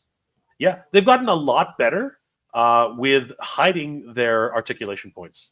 So, and then they could just come with a host of accessories. The symbiote scream, right? The actual webs, and of course all those whip hands and different hands. But yeah, the dynamic nature of this character. Look at that, just absolutely insane. So yeah, like we got tons and tons of new figures coming out all the time, and they're all available at TitanToys.com. And talking about Transformers, I mean, MPG 20, the new Masterpiece line. This is just getting freaking nuts. A true hot rod, Rodimus Prime, but this was a hot rod actually. And a lot of people have been waiting for a true Masterpiece edition of Hot Rod, and this one's looking pretty sick. Literally, like he jumped off of the cartoon screen, and just in time for the G.I. Joe crossover. Yeah. So it's going to be a lot of fun. This guy looks nuts. My brother, if he sees it, I can't show this to my brother. If he sees it, he's going to freaking spend all this money. It's going to be crazy. And then even Batman Returns. Like, I love the way Batman Returns has always been given the bad rap, but everybody loves it. People just don't want to admit that they love it, but they love it. So this was from Beast Kingdom, another Chinese brand. But I mean, they're just looking freaking badass right now. Everything's just going crazy. I think this is 1/6 scale. Is that right, Danny? This one is a 1/6, I believe. Yeah, this is 1/6. So pretty big, not bad, and definitely will fit into your collection nicely. And everything. Nice. Oh yeah, comes with a stand and one of the rocket penguins. The penguin is amazing. Yeah, the little rocket penguin. You're gonna love it. That's a nice touch. Absolutely. And then of course from Mondo, Chitara. Oh wow, the 1/6 scale limited edition. She's looking crazy. All you Thundercats fans out there, this is a limited edition, so once she sells out, she is not coming back. So you guys definitely gotta get. She's got the Speed Force going. You know what I mean? Like this is the Chitara. Obviously inspired by Dynamite Comics as well as the cartoon, but yeah, definitely looking forward to this. Comes with a burble. Actually comes with a freaking burble. So definitely looking forward to all these wonderful new toys. Guys, definitely check out TitansToys.com for all your action figure needs. They are the exclusive distributor of Mask here in Canada, so you don't want to miss out on being able to get your brand new Mask vehicles from 2026. Icon Heroes Jujitsu as well, and of course, Pokemon. Lots of different card games. I can't believe how card games have just exploded. They've exploded, man. Dude, it's nuts. It's absolutely crazy. There's also a giveaway. Yes, we do actually have a giveaway on Action Figure Comic-Con. Guys, get in on this giveaway right now. Just head over to the front page of Action Figure Comic-Con. Scroll down to the bottom where it says, to the section where it says Mask. And you just have to click on your entry here and fill out the information. And once all your information is filled out, you'll be entered for a draw for the Mask vehicles. Best of luck to everybody. It's going to be a lot of fun, and it's going to be a huge price pack. So, guys, if you were ever into Mask, now's the time to go pick up an entry, because you could walk away with an amazing set of action figures from Mask, courtesy of Titan Toys and Action Figure Comic-Con 2026. So one more time, guys, just as we're logging off, January 31st, 2026 at the Japanese Canadian Cultural Center. Huge shout out once again to our sponsor, Titan Toys, for sponsoring the event. And of course, our other sponsors, really quickly. We also have the King of Print, who's pretty much been literally killing it for everything print related, for all of our print needs, flyers, posters, banners. They've done it all for us. Huge shout out to the King of Print. Toy photo galleries, thanks to them. Yes, the full photo gallery is being produced by them. Guys, please follow them on Instagram. And they also have multiple toy shows that they produce as well. The Awesome Toy Show, as well as the WrestleFest. So, guys, definitely follow them. You guys won't regret it. And, of course, if you need anything print-related, definitely visit them. Waterland is going to keep us hydrated all weekend, Danny. Looks like you may need some of that. I need some right now. Yeah, I could use some water right now. Reverse osmosis. But Danny, they will keep us hydrated all weekend long. And talk to us, Danny, about JTI boxing. So they're also a sponsor. We're calling they're like self-defense combat sponsor, and it's a gym I actually attend, but they're huge into pop culture, and they want to come on and support. They're going to be a part of some programming as well, where you'll actually be able to visit their booth, and maybe they'll show you how to punch and hit stuff. So that'll be kind of cool. So there's gonna be a little game there where you'll have to go visit them and do a little something to win some prizes. So it'll be cool. Huge shout out to all of our sponsors, and guys, don't forget the Action Figure Comic-Con is happening January 31st, 2026 at the Japanese Canadian Culture Center. We want to thank Comix Asylum for giving us this opportunity to talk a little bit about the show. Thank you, Steve, for everything. It's been, as usual, it's always a blast hanging out here with everybody at Comix Asylum. So no, it was great, and thanks. It was good to see you guys again, Danny, Mega J. You guys are always welcome here. Thank you, man. No need to ask. Just join in, jump in, talk geek stuff all day, all night. Doesn't matter. This is great, and I can't wait for the 31st. You guys are doing a great job putting on the show. You've put together a great format, and the guest lists and the sponsors, everything just is like it's popping. So I can't wait to be there. Yeah, guys, share as much as you can, get the word out. Buy your tickets online. You'll save a few bucks by doing that. And we will have some group purchases. Like if you have a group of 5 or more, tickets will be cheaper at the door and that kind of thing, right? So we do have some actually community groups coming out, that kind of thing. Some charity type things coming out as well. So, anyways, the Toronto Ghostbusters will be there, right, Danny? Yeah, they're that's another one. So it's gonna be fun. We're trying to figure out where to put their Stay Puft. Because he's about 30 feet tall. The Ectomobile will 100% be there, though. You'll be able to see the Ectomobile in person. So take some pictures, guys. So yeah, guys, it's going to be a lot of fun. Dress warm. It's going to be fun. But we will have some sort of coat check so you guys can be comfortable all day long. So again, thanks. Huge shout out to Comix Asylum for letting us have a little bit of time to talk about this. Absolutely. And I want to thank everyone who joined us tonight, everyone who commented. Thanks for joining the community as well. Those of you that did, make sure that you like and subscribe to all of our platforms and stuff like that. We really appreciate your support. And if you're in the area or even in the nearby area, we'd love to see you in a couple of weeks at the Japanese Cultural Center. It's going to be a lot of fun. An amazing kind of celebration of love of action figures, the love of geek culture, and the things that, bring us a little bit of joy in this world, for sure. It's going to be a big party for pop culture. It's going to be so much fun. Yeah. Looking forward to seeing you guys. Absolutely. So what do you have on your channel, Meg J? What do you have coming up next?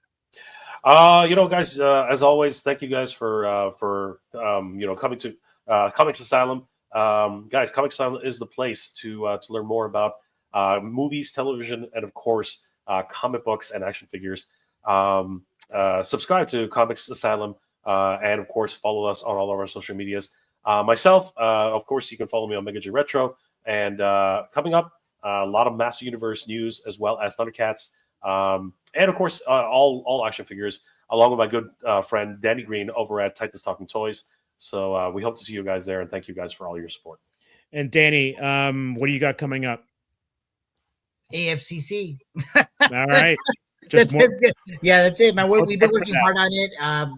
Like, I'm not getting any sleep. I look like a raccoon right now because just trying to plan things, and we want to make sure everyone enjoys the show, and we're just trying our best to accommodate everybody, and just working hard to get a good show going. All right, excellent. And for those of you who follow Comics Asylum and are members of the channel, or follow us on socials, we're back tomorrow with Decepticon as well as J-Man 77. We're going to dig into the sticky kind of topic of creators in comic books. Who is responsible on a team for creating some of the most iconic characters you've ever encountered and read? And where does it stop? Is it the editor? Is it the writer? Is it the artist? Is it a combination? There have been some murky stories, and we're going to dive into some of those on Thursday, same time that we started here at 7 tonight. So everyone, take care. Really appreciate you spending the evening with us, and make sure that you support Danny and Mega J at the end of January. All right. And support Comics Asylum, guys. Atrium is still going. New graphic novel coming out, so definitely give them a huge support. And you might actually see it at Action Figure Comic Con 2026. You might. You just might. All right. Good night, everybody. Good night, man. Thanks, Steve.